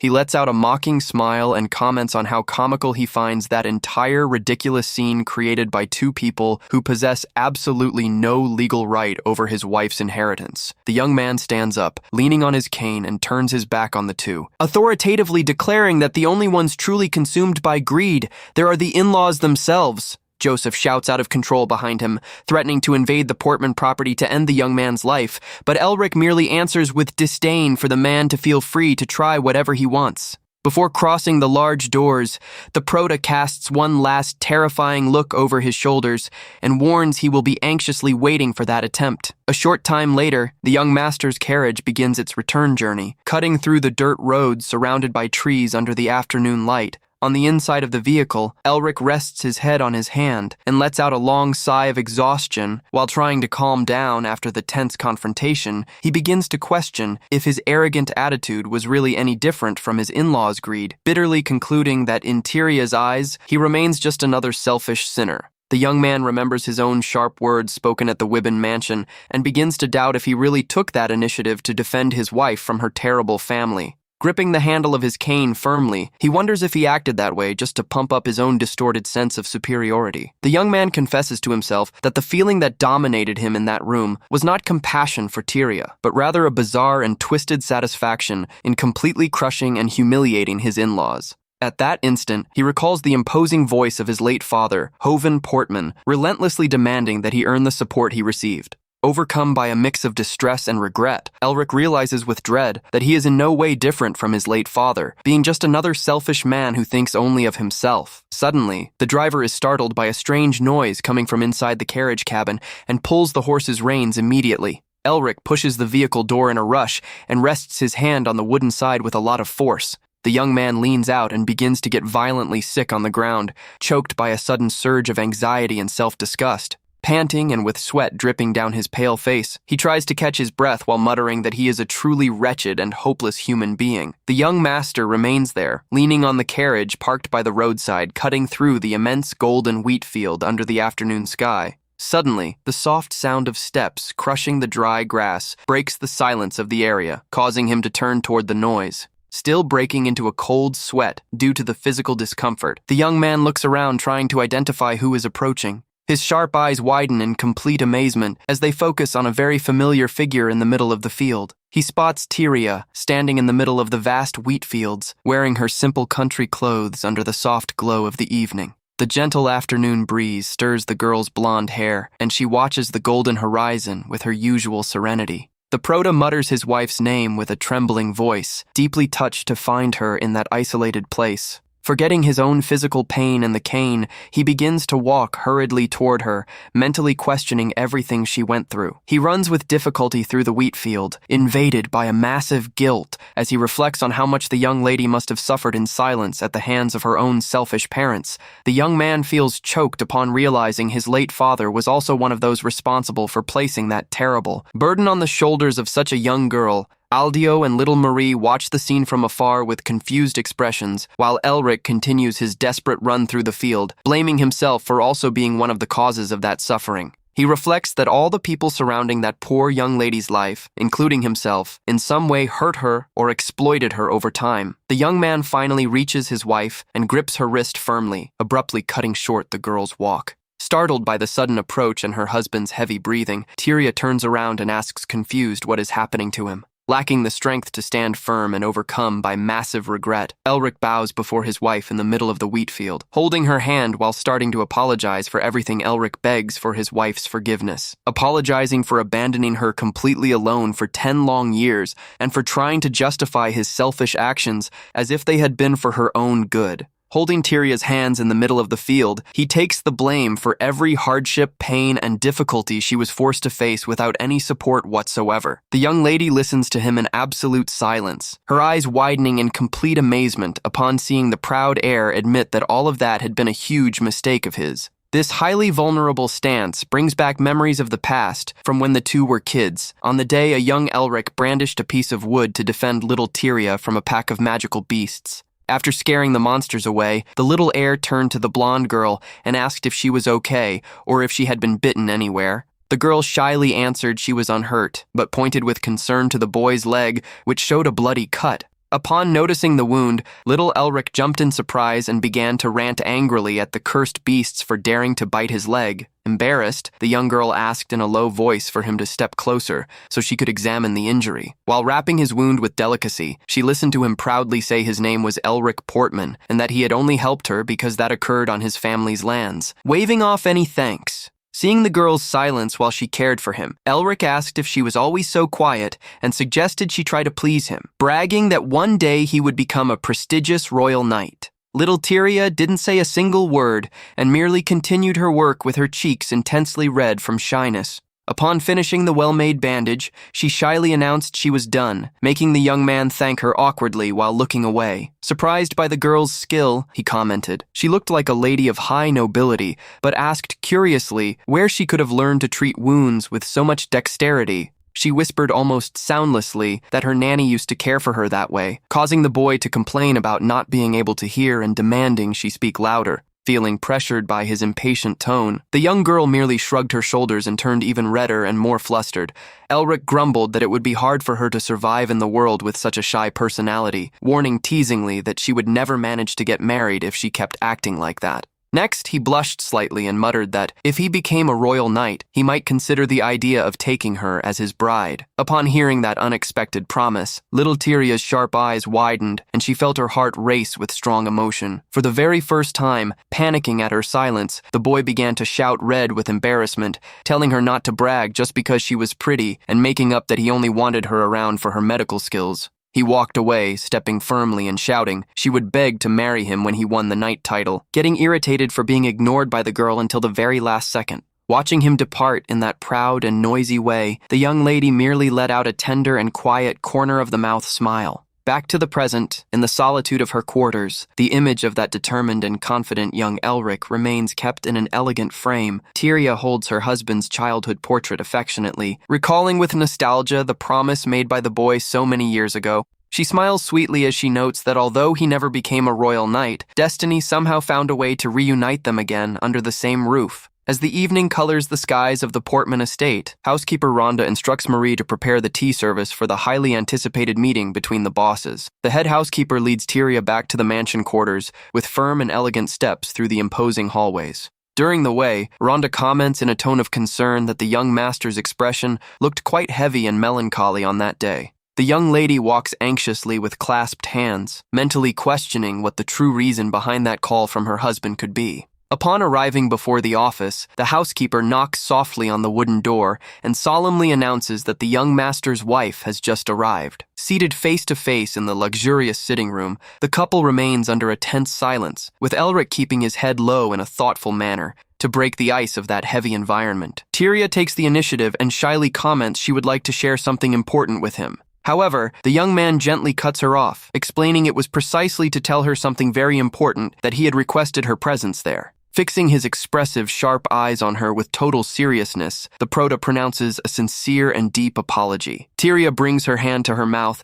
and lets out a slight gasp of pure surprise. Completely stunned before that unexpected stance from her partner Elric, continues his venting and asks for forgiveness for abandoning her to her own fate precisely on their wedding day, leaving her to carry the entire burden of the property alone. He admits that at the time, he acted in an extremely foolish and impulsive way. Being unable to foresee the severe consequences that his reckless actions would bring to her life, the young man recognizes all the emotional wounds and the great difficulties she had to endure in complete solitude, reinforcing his desire to make amends for the past with a look loaded with hope and sincerity. The heir asks if she would be able to accept his sincere apologies. Tyria stares at him with sweetness and ensures he has no obligation to apologize for those old decisions. She calmly confesses she never kept any grudge against him and that staying in the Portman mansion was entirely her choice, insisting he shouldn't blame himself for anything. However, noticing the persistent guilt in the young man's gaze, the girl recognizes his heart would never find peace if she simply rejected his request. With a beautiful and warm, blushing smile on her face, she affectionately declares she gladly accepts her husband's apologies. Faced with the young lady's generosity, Elric's tense expression finally melts away, giving way to a genuinely relieved and grateful smile. He thanks her from the bottom of his heart for her understanding and affectionately calls her "Milady." Shortly after, the two begin to walk together through the hallway, with the young man using the support of his dark wooden cane. Showing concern, Tyria asks if his injured leg is feeling a bit better, and he answers he is doing fine, trying to change the subject right after Elric shyly regrets taking up her precious time, knowing her routine is so busy, but she sweetly asks for him not to worry about that. After hesitating for a few moments, the girl calls him in a shy way, catching the husband's attention, who encourages her to speak what she is thinking. Totally flushed with embarrassment, Tyria asks with a lowered head if, instead of calling her "Milady" in such a distant way. With her face burning from shyness and her heart racing, the young lady shyly whispers if he could start calling her "my wife." Elric gets confused by his wife's unheard whisper and asks, a bit awkwardly, what she had just said. Before Tyria can answer, the hallway door is flung open suddenly by the clumsy Marie, who loudly announces that the tea is finally ready. However, with the maid's abrupt entry, the young man totally loses his balance, lets out a shout of surprise, and drops his cane on the floor. Unable to support himself, the young master plunges forward and falls directly on top of Tyria, leaving both in an extremely compromising and close position on the couch. Aldio emerges right behind with a sly smile on his face and comments, in a joking tone, that the couple seem to be quite busy planning the birth of an heir for the Portman family. Completely red with embarrassment and panic, Elric gets up in a hurry while trying to explain to the butler that was just a terrible accident. Marie falls into despair and begins to shout sincere apologies for the misunderstanding, while Aldio covers the young maid's eyes and mockingly suggests the employees pretend not to have seen their boss's private moments. The elderly butler gives a thumbs up and promises he will notify all the other servants to never disturb the couple when the two are alone, ignoring Elric's desperate protests. With his face burning from embarrassment, the young man desperately tries to smooth over the awkward situation before his wife, Tyria, remains lying on the cushions, with blushing cheeks and breathing heavily, asking in a low voice for him to just get off her for a moment. Before closing the door and leaving the couple alone again, Aldio winks with complicity and wishes the two enjoy their time together well, triggering another shout of anger from Elric. The sitting room door is finally closed with a firm click, leaving only the sound of the young master's complaints echoing from the inside. On that starry night, Elric's shouts of protest against the butler's insinuations continue to echo through the large lit windows of the grand Portman mansion. The next morning, the first rays of sun begin to flood the young man's elegant bedroom, while the birds sing happily outside. Housekeeper Rhonda silently enters the young master's quarters and politely asks if he just coughed. Elric, already awake and wearing only a light shirt, wishes a warm good morning to his dedicated childhood housekeeper. Rhonda notices the young man appears to be in an excellent mood and much more energetic than usual, questioning with a complicit smile if something special happened the night before. She approaches slyly and whispers with mischief in his ear, asking if by chance they could already expect news about a future heir for the family. The young master turns red immediately and gestures frantically. Insisting Rhonda must not listen to the outrageous gossip created by the old perverted butler, Rhonda turns her back with a slight amused smile, but soon adopts a serious stance as she warns that the events of the previous night shouldn't be treated as just a minor passing accident. Upon noticing the young man's confused expression, the housekeeper turns around with a stern look and asks if he really doesn't comprehend the gravity of his actions. She presses him with authority and recalls that he spent 10 long years away from home, pointing out that the weight of that time of abandonment is much more painful for a young woman and demanding he never leave Tyria lonely ever again. Meanwhile, in her sunny quarters, the young lady rests peacefully in her luxurious double bed after a refreshing night's sleep.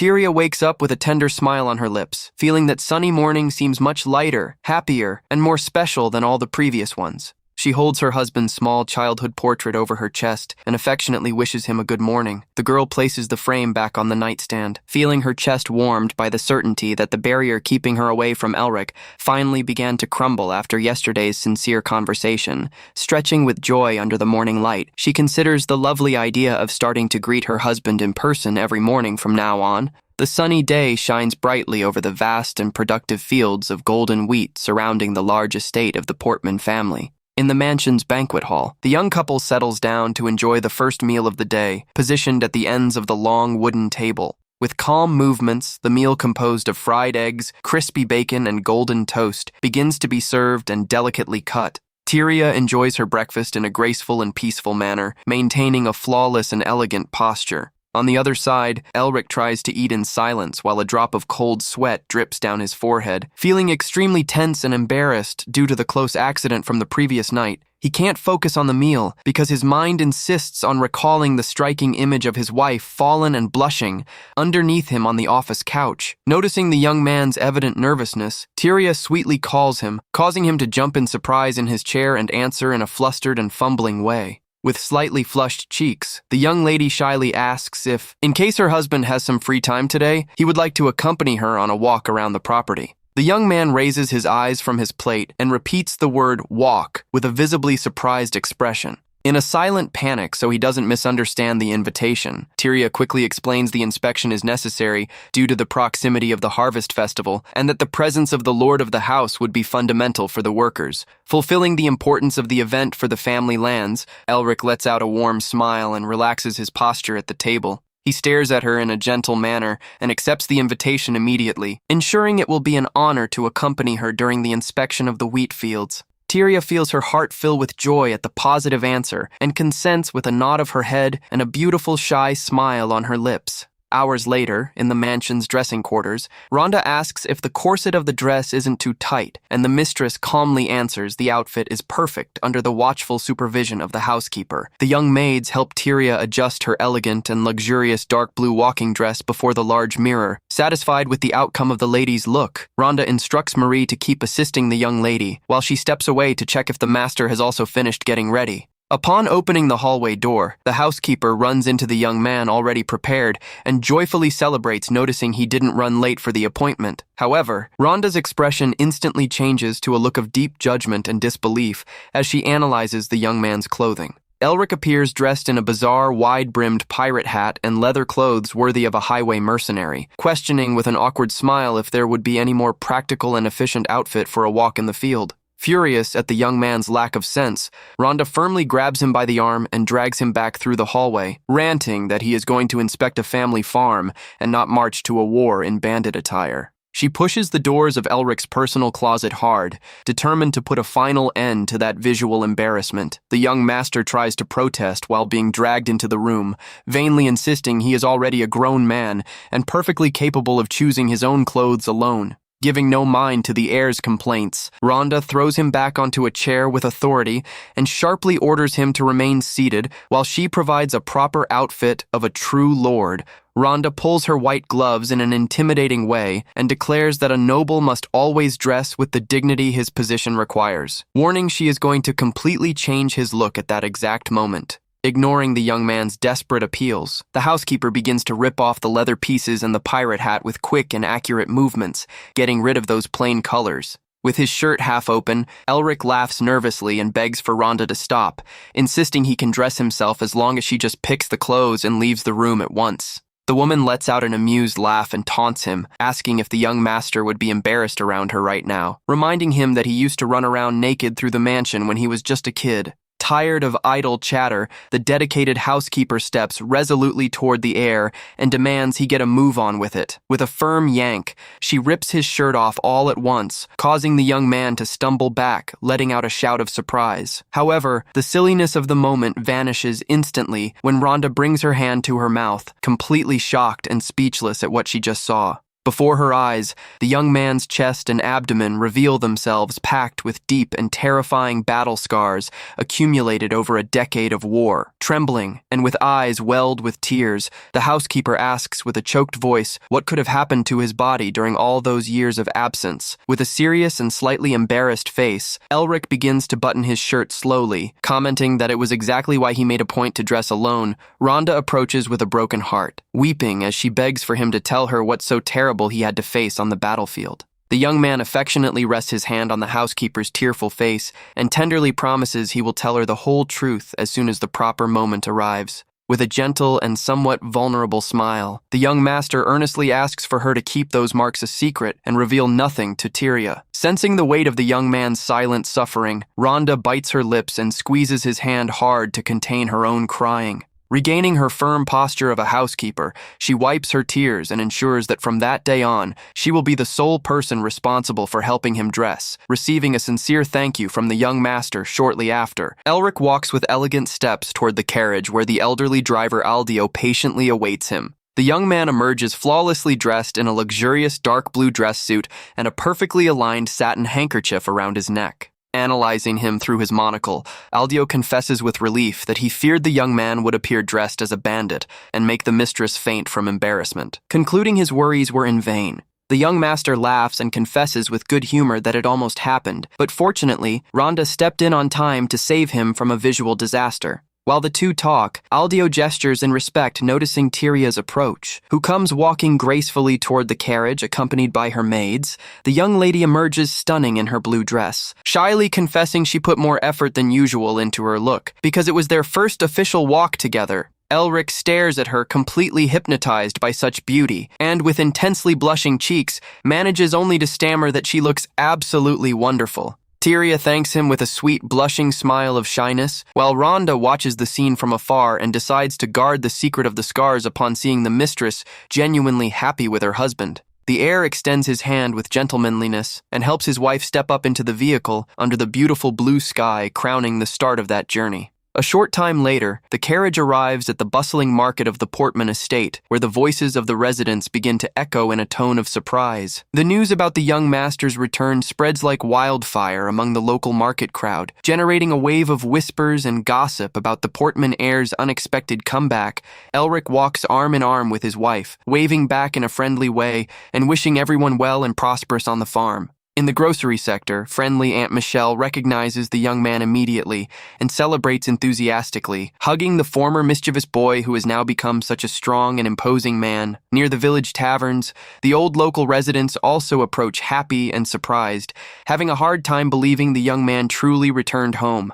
One of them notices the young man's cane and questions what could have occurred with his leg, causing Elric to scratch his head awkwardly and answer it was just a light battle injury, while the peasants lament that the future lord needs such robustness. Suddenly, an enthusiastic shout calling for Chief Elric makes the Proto look back with curiosity. It is Bart, the young man's great childhood friend, who runs toward the group with a massive and warm grin from ear to ear. The two friends greet each of them with an extremely strong handshake packed with nostalgia. In the middle of laughs and jokes, Elric celebrates that his companion changed absolutely nothing. While Bart jokes that the chief is so different and elegant, he almost didn't recognize him. The blonde young man greets Tyria with respect, and the young lady returns the warmth, sincerely wishing her husband's childhood friend is in excellent health. Always very lively, Bart points to his business and invites the couple to stop by his tavern later so they can drink and celebrate the reunion properly. Thumping his chest with enthusiasm, the Portman heir promises he will definitely make a visit to his friend to catch up.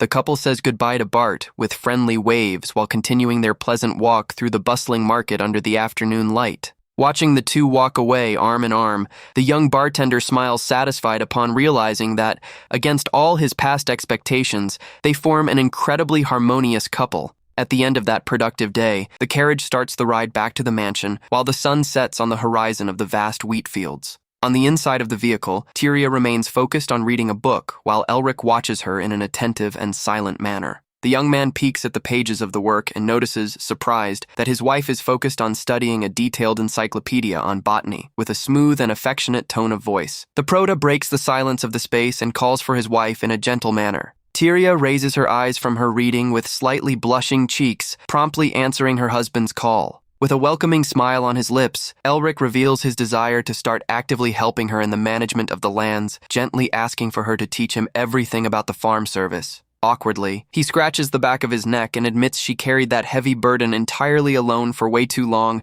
expressing his firm desire to act with the responsibility of a true family leader, even if late. The young man ensures that if she guides him and teaches the work with patience, he will become very useful for the business, leaving the girl so flustered she hides her blushing face behind the book. Peeking over the pages with a sweet, emotional smile, Tyria sheds tears of happiness upon realizing her husband finally became the mature and reliable man she always dreamed of. With renewed determination, the young lady closes the botany book with a firm snap on her lap. She stares at her husband with her brilliant, sharp eyes and, with a look full of firmness and sweetness, asks if he would be prepared for her to be extremely strict in her teachings. Exactly the way the late patriarch taught her, Elric laughs lightly in a gentle manner and accepts that she be rigid with him during the teachings. While the carriage continues its journey under the beautiful evening, the young man asks if his late father really taught her with so much rigidity, and Tyria answers with a proud smile that yes, though she never got scolded for being an exemplary student who learned everything very fast. The scene then changes to a bustling tavern situated near the Chevor border, under the intense glow of the full moon. On the inside of the establishment, dozens of customers take advantage of the night to drink, talk, and have fun in a quite noisy environment. Suddenly, a person in black boots and red socks enters the place, stomping her foot hard on the wooden floor, and loudly orders all the fools there to shut up and pay attention to her. The bartender immediately interrupts the cleaning of his glasses and looks toward the entry with an expression of extreme surprise and confusion, revealing herself under the torchlight. A young woman with red hair and a dark cloak stops at the door and coldly warns she will ask that question only a single time. With a dark and intimidating look, she sharply demands they tell her where Kasha is, the feared sword demon. The next day, on the imposing estate of the Portman family, the morning sun rays illuminate the luxurious mansion under a golden sky. In the office, the smooth sound of a quill sliding over paper echoes through the space, while a hand signs several documents with speed. Seeing his wife immersed in so much work, Elric asks if she usually takes care of all that paperwork alone, and Tyria answers calmly that only occurs during the busiest harvest periods. Tyria then raises her eyes from her writing in a shy way and calls him Lord, causing the young man to gently ask for her to say what she wishes. With blushing cheeks, the young lady questions if he would consider giving a public speech during the harvest festival to officially celebrate his return to the fief. The suggestion leaves the Portman heir quite tense and breaking into a cold sweat, making him smile out of the corner of his mouth while anxiously pondering the idea of making an announcement before so many people. At that moment, he remembers his war times, when the soldiers of Parvan shouted rallying cries and furiously demanded the death of all their enemies on the battlefield. The prota recalls that in the time he acted as the relentless mercenary Kasha, he simply hated and ignored any kind of motivational speech while resting in silence. He never stepped onto stages to utter beautiful words, and never had the slightest intention to act as an inspiring leader for others. Elric knows very well that the true reason he stepped onto those desolate war settings had no connection to noble ideals. At the end of the day, he marched to combat only because he desperately needed a target to vent all his aimless rage. Taken by this blind hatred, the young man mercilessly cut down all enemy soldiers who crossed his path under the bloodied sky. As if he were a rabid and out-of-control dog, his sole goal was to crush anyone who dared to stand in his front. Remembering his former monstrous face covered in blood, Elric questions if someone so corrupted would have the right to speech to the people, until being brought back to reality by Tyria's sweet voice. Waking up from his dark memories, the young man waves in a flustered way and quickly apologizes to his wife for zoning out suddenly. He then suggests with a comforting smile that Tyria herself make the official festival speech while he stays firm by her side to support her in public. The young lady accepts the proposal gladly and agrees she herself will take the responsibility to speech to the residents in this harvest. She smiles with tenderness, thinking that having her dear husband by her side during the event is already more than enough to make her happy. Later, before a large crowd gathered in the village square, Tyria begins the harvest festival immensely, thanking all the residents for the excellent work carried out throughout the year. With a radiant smile, the young lady wraps up her words officially, declaring the event open and inviting everyone to enjoy the party to the max. The peasants celebrate the opening with enthusiastic shouts of joy and clap to celebrate the start of the festivities. Hand in hand with Elric, Tyria stares at him with affection and asks if they shouldn't also go have fun and explore the festival stalls. As soon as the couple begins to walk through the bustling square, the local residents watch them with deep admiration and comment, happy about the illustrious presence of their leaders. A friendly female resident approaches and respectfully offers a dish of local food for the young lady to try. Right after, another peasant extends a massive mug of foaming beer and invites the young lord to drink and celebrate with them. With their arms full of gifts, the couple smiles happily and thanks from the heart for the hospitality, wishing a wonderful festival to all those present. While they walk, Tyria's eyes suddenly widen in surprise, noticing something very unusual happening in the center of the square. She firmly grabs her husband's arm with blushing cheeks and enthusiastically points for him to watch the attraction further ahead. On the main stage, a costumed artist performs for the Wibben public and announces the start of a rare show brought directly from the royal court. The presenter proclaims loudly that the next and dangerous attraction consists of the incredible act of swallowing swords. The jester stuffs the entire sharp blade into his own mouth, leaving the young lady completely shocked at such boldness, while the husband watches the scene with an awkward smile. At the end of the impressive performance, Tyria claps in an enthusiastic way along with the other spectators in the square. However, looking to the side, she notices Elric remains with a completely neutral and uninterested expression before the show.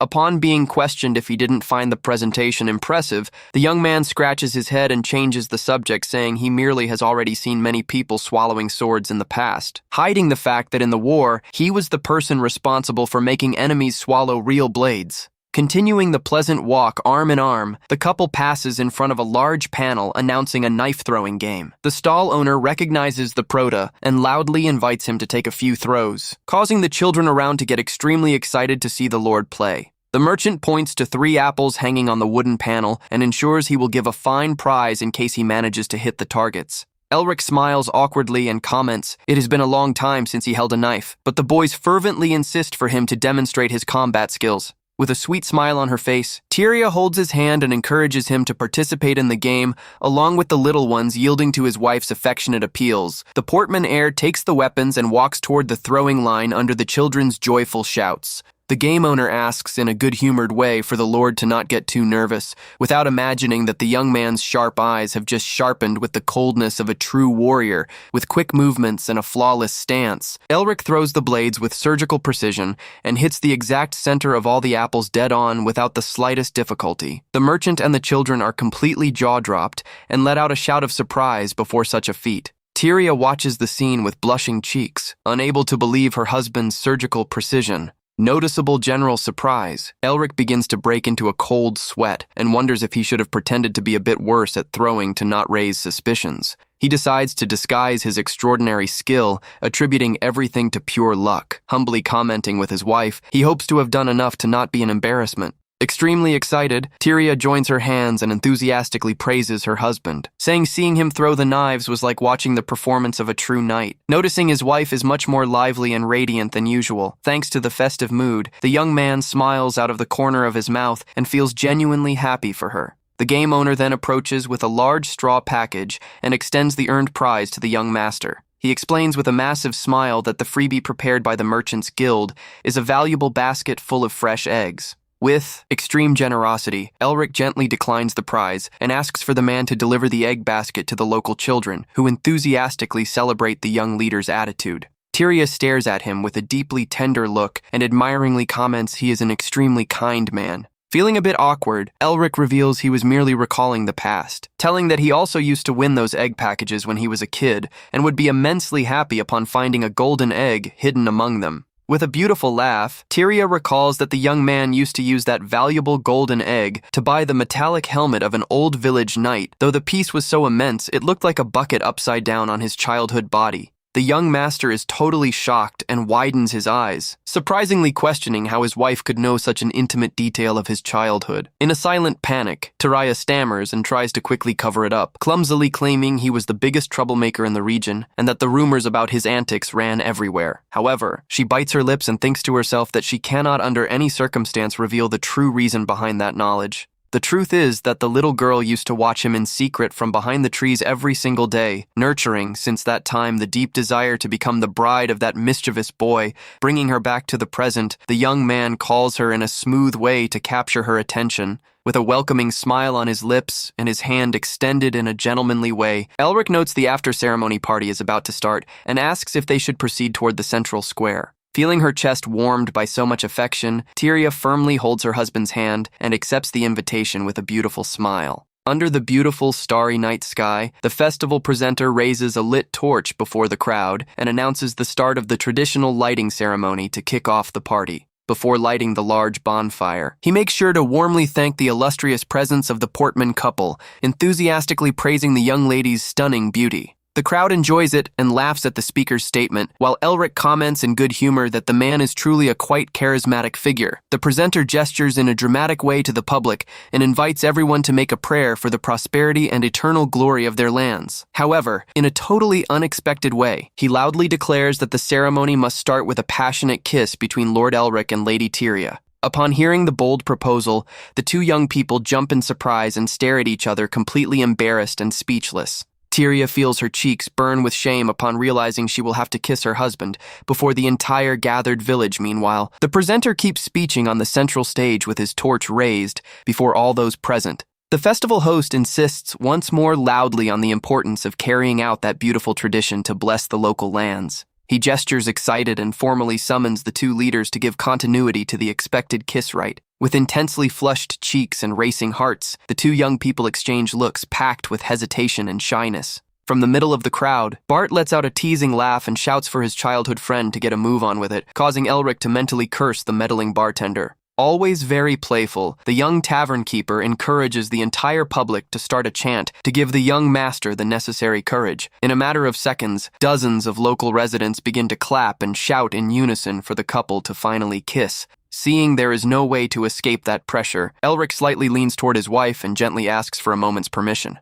With a quick movement full of attitude, the young man pulls her by the waist and smoothly leans her back in an extremely cinematic and romantic hug. He firmly approaches her lips, leaving the young lady with wide eyes and with her heart beating in her throat before such physical proximity. With blushing cheeks, the young man pulls away slightly and asks for whispered apologies, explaining he did that only to satisfy the expectations of the festival people and make them stop with the insistence. Tyria closes her eyes with a gentle smile and answers she perfectly understands her husband's decision to follow with the festive tradition. However, she suddenly pulls him by the neck in a resolute way and declares she does not intend to just fake or fulfill expectations, sealing his lips in a deep and passionate kiss. Faced with such a demonstration of affection, the crowd goes wild with deafening shouts of celebration, while the large bonfire is finally lit in the background. Under the spectacular glow of the full moon, the peasants celebrate, happy, wishing that the couple's love be eternal and that it bring endless glories to their lands. Hours later, the imposing Portman mansion rests silent under the mantle of the starry night, while silence takes over the hallways inside her luxurious room. Tyria appears kneeling on the bed and buries her face in a pillow to muffle her shouts of pure embarrassment. She draws air in a panting way with intensely red cheeks, almost unable to breathe due to the internal fluster. Her brain insists on replaying the passionate kiss scene in slow motion, making her desperately question what the heck she had in her head to take such a bold and sudden stance with her husband. Distressed with the fear that her husband now considers her a strange or way too forward woman, the young lady rolls from side to side in bed without managing to catch a wink of sleep during the entire night. On the other side of the hallway, Elric himself also finds himself totally awake and lying on his back, touching his own lips in a trance while his heart beats in an out-of-control way. Meanwhile, in a place distant from there, the imposing residence of an influential noble family rises majestic under the sunny sky of the Armen Kingdom. On the inside of the luxurious palace, a hand elegantly holds a sophisticated porcelain cup adorned with golden details. A mysterious man with round glasses and blonde hair takes a calm sip of his hot drink, starting his daily activities with absolute tranquility. Secretary Agnes Blackmire approaches the luxurious work desk and informs Edward White that the Imperial Army forces managed to break through the defense lines of the Falbin and Chabor borders. Upon hearing the news, the blonde man places his cup back on the saucer and comments with disdain that since Kasha's departure from the battlefields, the defenses of those regions proceeded to crumble in an inevitable way. Officially identified as the Gold Duke Edward White, he smiles satisfied and points out that having the mercenary Kasha as the main target of his plans was an absolutely brilliant move on his part. By his side, with a cold and expressionless stance, his efficient secretary Agnes Blackmire listens to her boss's words without showing any reaction. However, the girl adopts a firmer stance and questions if it is really wise to allow those two regions to fall into the hands of the Imperial Army, given they possess a considerable financial stake within the powerful EW group. Edward gives one more sip of his tea and calmly explains that the war of conquest started by the Emperor has already lasted 7 long years, detailing that those two locations only managed to maintain military funding until now due to the shares they held in his corporation. He downs the rest of the drink in his mouth while supplementing that those lands have already completely lost any capacity to pay off the monumental debts they accumulated with the Armen Kingdom. With a sharp look, the Duke ensures that the final fall of the two regions is just a matter of time now that the feared mercenary is no longer there to defend them, pointing out they need only to rescue the important allies and regain control of their shares before the final collapse. Fulfilling her boss's true intentions, the secretary extends her hand to hold the gold teapot on the table and serve more drink. While serving Edward's cup with graceful movements, Agnes comments in a neutral tone that he is an extremely relentless man in his business. The blonde man changes his stance immediately and complains in a cartoonish and tearful way, insisting in his defense that he is only fulfilling his civic duty as an honorable noble of the Armen Kingdom. Resuming the focus of the conversation in a serious manner, the girl questions if it would be really safe to leave the legendary Kasha free and without any type of constant surveillance. The Gold Duke lets out a slight smile out of the corner of his mouth and corrects his secretary, ensuring that the feared sword demon no longer exists and that now he is just an ordinary man named Elric Portman. Agnes makes mention that they should have eliminated the warrior definitely from the start to avoid future risks, to which Edward counters, breaking into a cold sweat, that trying to kill him in a direct way would have been a fatal mistake had they failed the mission. The blonde man recalls that the secretary witnessed Kasha's absurd power in the past, when the mercenary managed to deflect a projectile at the speed of sound, using a magic barrier in a fraction of a second, even after having his knees severely shattered in combat. He rests his elbows on the table and explains it would be a tremendous waste to simply take the life of someone with such potential, asserting with conviction that the current outcome ended up being much more beneficial for his plans. Edward comments that the warrior he knew was a mercenary at heart and that both belonged to the same type of ambitious people, though a crucial and very striking difference exists between their personalities. The Duke gestures in a calm way and reveals that, unlike ordinary warriors who fight strictly for gold, Elric never acted based on his own interests or personal gains. With a dark and intimidating look, the blonde man confesses that, knowing exactly the young man's character, he took the decision to keep him under his absolute control and manipulate his actions as if he were a puppet. He points out that without the presence of the sword demon on the front line, the military conflicts will soon enter an inevitable stalemate, forcing several desperate nations to seek the financial support of the EW Corporation. Agnes listens to the explanation attentively and concludes that during this economic and military stalemate, the retired warrior will become the perfect weight to unbalance the scales in Edward's favor, allowing the company to accumulate even more monumental wealth. Upon hearing his assistant's flawless reasoning, the Gold Duke gets extremely thrilled and with eyes shining with happiness for her sharp wit, he jumps from his chair with a massive smile on his face and enthusiastically points at the young woman, noisily celebrating her being such a smart and sharp assistant. Always very effusive, the young man walks toward Agnes with open arms, insisting she come to him to receive a strong hug of thanks. However, his attempt at approaching is cut short in a brutal way by a well-aimed strike that makes him spit from so much pain. With her fist still clenched and a frosty face, the secretary passes over her boss, fallen on the floor, and seriously warns him to not try any funny business with her, ensuring she won't go easy just because he is young. Back to the Wibbin lands, the day breaks sunny, and with few clouds over the luxurious mansion of the Portman family. In his personal quarters, Elric watches his own reflection in the mirror while housekeeper Rhonda assists him to adjust his elegant walking overcoat. The young master walks toward the main hallway, closely accompanied by his trusted housekeeper, a moment when he spots his beautiful wife approaching from afar. Upon running into her husband right in the morning, the young lady instantly gets blushing cheeks and calls him in a shy way.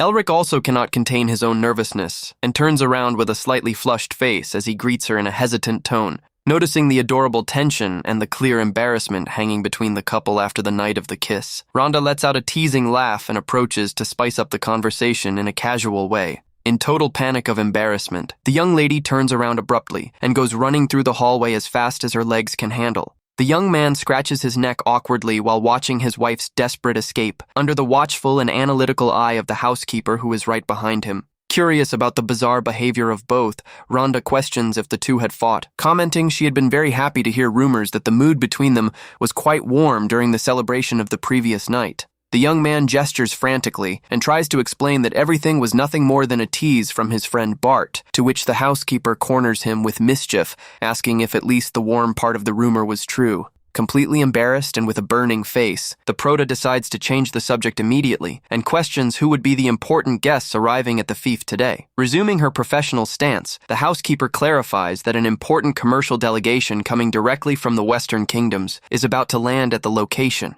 Upon listening to the mention of the Western Kingdoms, Elric's look turns serious and a drop of cold sweat drips down his forehead due to the memories of his military past. She explains enthusiastically that the high-quality wheat produced on their lands attracts delegations from various countries annually, joyfully revealing that even the powerful Armen Kingdom decided to participate in the bidding dispute. This time Elric bites his hand in a sign of pure apprehension, fearing that some of the foreign representatives might recognize his true identity as the feared mercenary and bring serious trouble to the peaceful barony. The housekeeper ponders that the responsibility of receiving them would normally be Tyrion's, but argues it would be much more proper for the lord of the house to take that leadership role now, receiving the young man's reluctant agreement. A short time later, the young master appears at the imposing Wiben train station, accompanied by the loyal driver Aldio, who patiently asks for him to not get so tense with the meeting. The driver ensures in a good-humored way that it will be enough to utter a few formal greetings of nobility, as he himself taught him for everything to go perfectly well, receiving a sincere thank you from the young man. The Proto takes a deep breath and tries to calm his own thoughts, rationalizing that none of the surviving warriors who witnessed his fury on the battlefields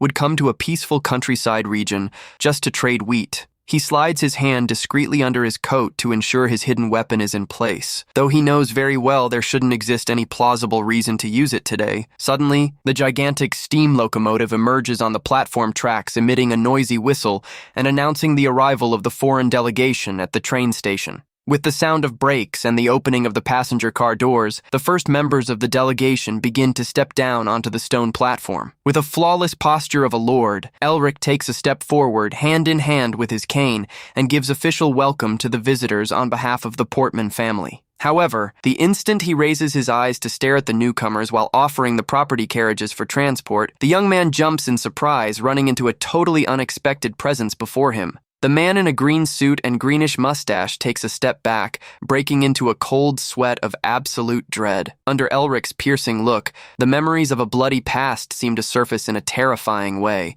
Trembling and completely pale, the man extends his hand, stammering from dread, and asks if he is the terrible mercenary Kasha. The scene then returns briefly to the luxurious residence of Edward White in the Armen Kingdom. The Gold Duke runs desperate through the palace hallways, closely accompanied by Agnes, complaining that his sister didn't warn him at all about that unexpected visit. He flings the imposing doors of the main sitting room open with haste to receive the illustrious guest with a massive smile and open arms. Edward joyfully greets his dear older sister. However, the girl stares back at him in an impassive way with an extremely sharp and impatient look. Revealing herself as the largest shareholder of the corporation and known as the Flaming Flower, Egret Valentina awaits him with crossed arms on the couch. Ignoring her frown, the blonde man lifts her in the air in an affectionate way and jokes that she seems to have grown quite a bit since their last meeting. With flames of pure fury in her red eyes, Valentina coldly demands he put her on the floor before she incinerates him right there. The Gold Duke gets totally trembling from dread and immediately agrees to put her back in the seat.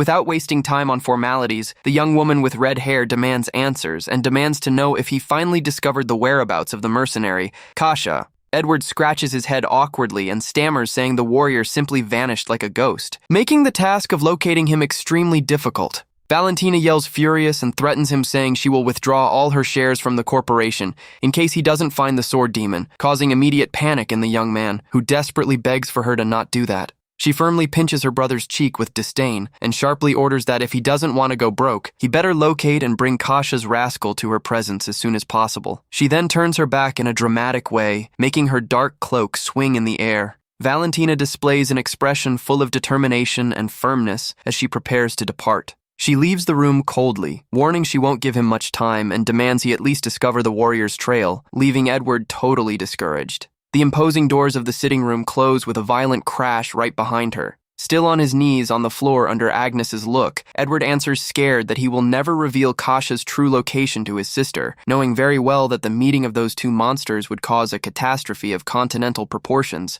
Quickly changing focus, the young man stands up and questions if Armand's commercial comedy has already been duly sent to the Weiben fief. Agnes confirms yes, but expresses her doubts, claiming an astute warrior like Kasha would hardly bite such an obvious bait of commercial relations. With a wicked expression full of malice, the Duke counters that though the mercenary Kasha would refuse, the young master Elric Portman will be forced to accept the commercial agreement because he prepared an unrefusable proposal to save the barony. The scene then focuses on the passenger train crossing the vast and golden wheat fields of the Portman property. On the inside of one of the luxurious cars, the scared Lord Polo travels in silence beside a noble with purple hair, positioned right in front of the two commercial representatives. The elderly diplomat with graying hair glares at them with seriousness. He displays a cold and stern face while closely analyzing his subordinates. The focus then returns to the bustling platform of the Wibben station under the noise of the locomotive's steam. The important diplomat in a dark suit finally takes his first step out of the passenger car. Elric and Aldio make an elegant bow of welcome to warmly receive the illustrious comedy that has just stepped down. The young master smiles in a friendly way and explains he provided comfortable carriages to take them directly to the premises of the family mansion. However, upon hearing Elric's voice, Lord Polo widens his eyes and stands completely paralyzed from dread. Under the dark glow of the young man's red eyes, terrible memories of the past come to the noble's mind in an overwhelming way. The merchant extends his trembling hand and begins to stammer from dread, almost unable to utter the words. In absolute panic, Lord Polo begins to bawl and step back scared before the confusion of his travel companions, while Elric freezes from nervousness upon realizing he had the bad luck of running into precisely that man from his past there. The Prota swallows hard and knows that if his true identity as the sword demon is revealed, the entire Wibben barony will run a mortal danger, deciding he needs to hide who he is at any cost. While Lord Polo desperately begs to turn around with the train back to his country,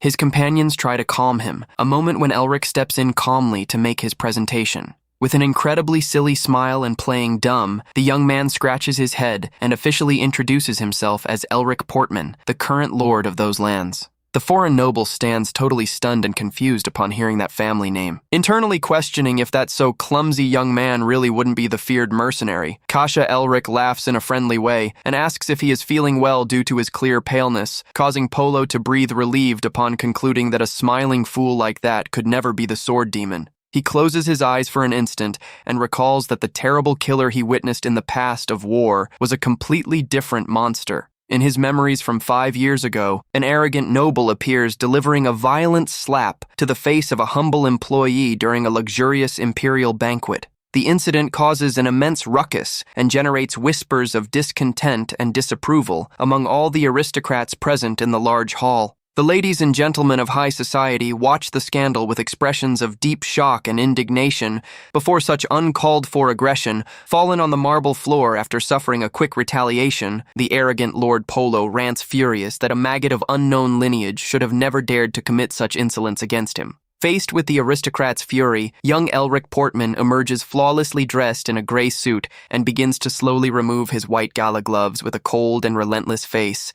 Showing no hesitation, the Portman heir delivers a humiliating slap to the noble's face using his own glove and declares there is no need for further discussions. With a look of absolute disdain, the young man decrees that severe offense to his family's honor must be resolved in a definitive way through a duel. Lord Polo accepts the challenge, immediately taken by a blind fury, loudly ordering the guards to bring 2 swords so he can teach an unforgettable etiquette lesson to the bold young man. During the heated discussion of the past, a strong voice demands they stop immediately, revealing itself to be Lord Elvis Graham in his wheelchair. Elric interrupts his aggressive movement and looks back with a cold and totally indifferent expression. Elvis tries to appease the situation and offers sincere apologies to Lord Polo on behalf of his companion. But the man with the mustache rants furious that it is already too late for apologies. While the arrogant Polo rants that he won't accept that severe offense to his honor, Elvis takes a stern stance and sharply orders the feared mercenary Kasha to lower his head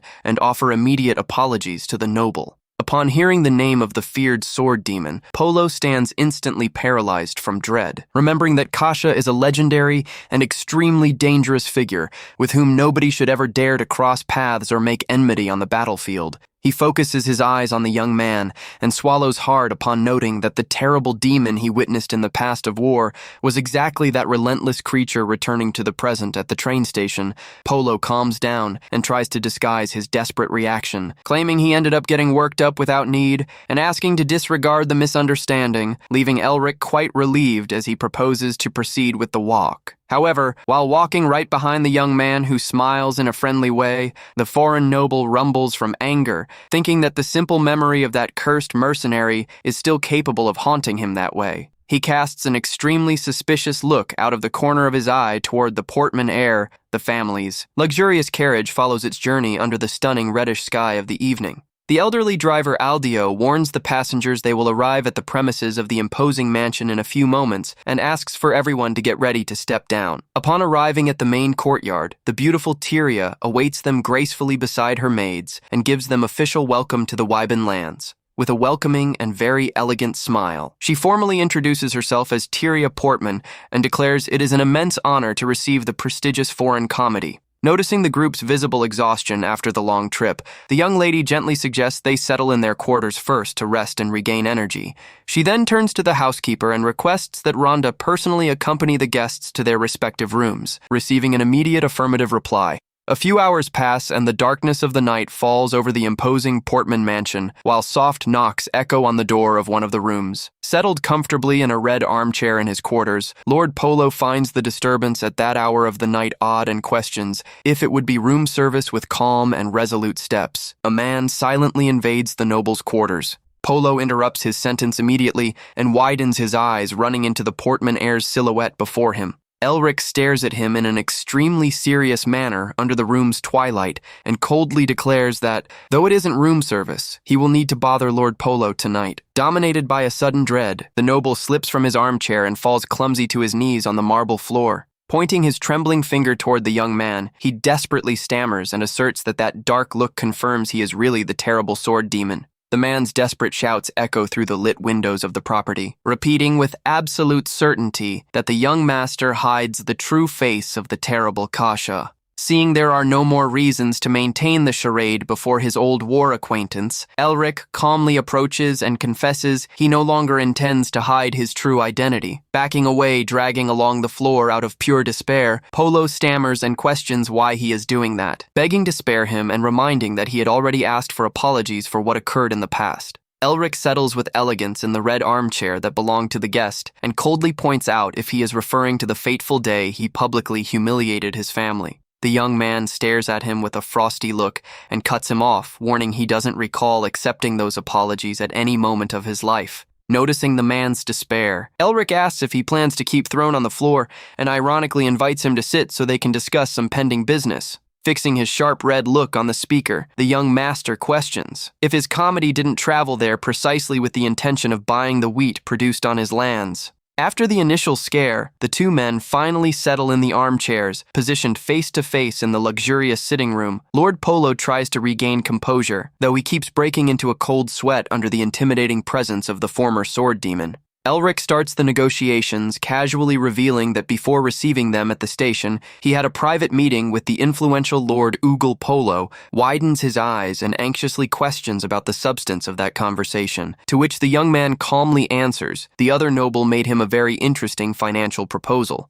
The Prota inquires if Ugel's plan would be to acquire the totality of Wibin's agricultural production all at once. The scene then shows Lord Ugel holding a gleaming gold coin while confirming that all the bought wheat would be subsequently distributed through the vast western regions under the control of the Armin kingdom. The elderly noble slides the valuable coin over the wooden table, detailing that a percentage of commission would be passed directly to the coffers of the Portman family. However, he raises his index finger and imposes a single and severe condition to close the business, demanding absolute exclusivity in the purchase of all the wheat for his own kingdom. The diplomat stares at the young man with seriousness and expresses his confidence that the current leader of the Portman house will take the smartest decision for the future of his lands. He wraps up his words, displaying a subtle and ambitious smile out of the corner of his mouth as he pronounces the Prota's surname. Upon taking knowledge of that exclusivity trap, Lord Polo loses his patience and strikes the table hard, cursing the uncalled-for greed of the Armin kingdom. Extremely irritated, the noble rants that now he understands the reason for the other delegation's silence, cursing against the betrayal of that old rascal who planned to double-cross his business. Taking advantage of his rival's fury, Elric leans forward and calmly proposes they close an alternative agreement directly with each other, leaving Polo surprised.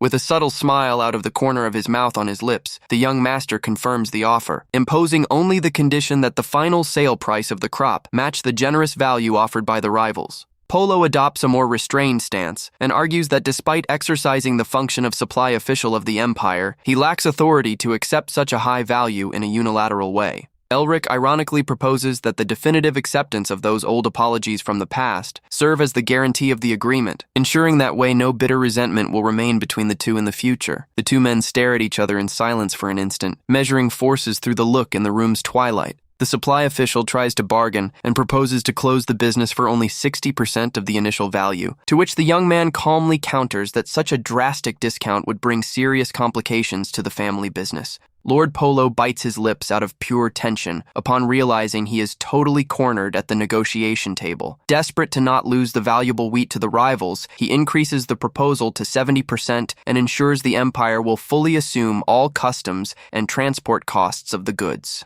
With a calm and unwavering look of an experienced negotiator, Elric makes his final counterproposal demanding 75% of the total value under the same conditions established previously. With a firm handshake, the business agreement is finally sealed between the two men. Elric celebrates the excellent business with Lord Polo, who admits to being impressed by him being the first to secure such an advantageous negotiation against the Empire. Intrigued, the merchant with the mustache asks why he chose to negotiate specifically with him out of so many people. At that moment, the Prota stares at him in silence with his cold look and thinks it was just because he seemed like the easiest target of all. As Elric could not say that aloud, he only changes the subject, smiling and suggests the negotiation be a good opportunity to fix the bad impression of their first meeting, leaving Polo relieved. The young man then takes advantage of the friendly mood to say he has one last request to make, and the official promptly asks him to say what it is about. With a calm tone of voice, the young master warns that if after that day any rumor arises that Kasha was seen in Wibin, things are going to get complicated. Elric takes a terrifying expression and warns in a dark way that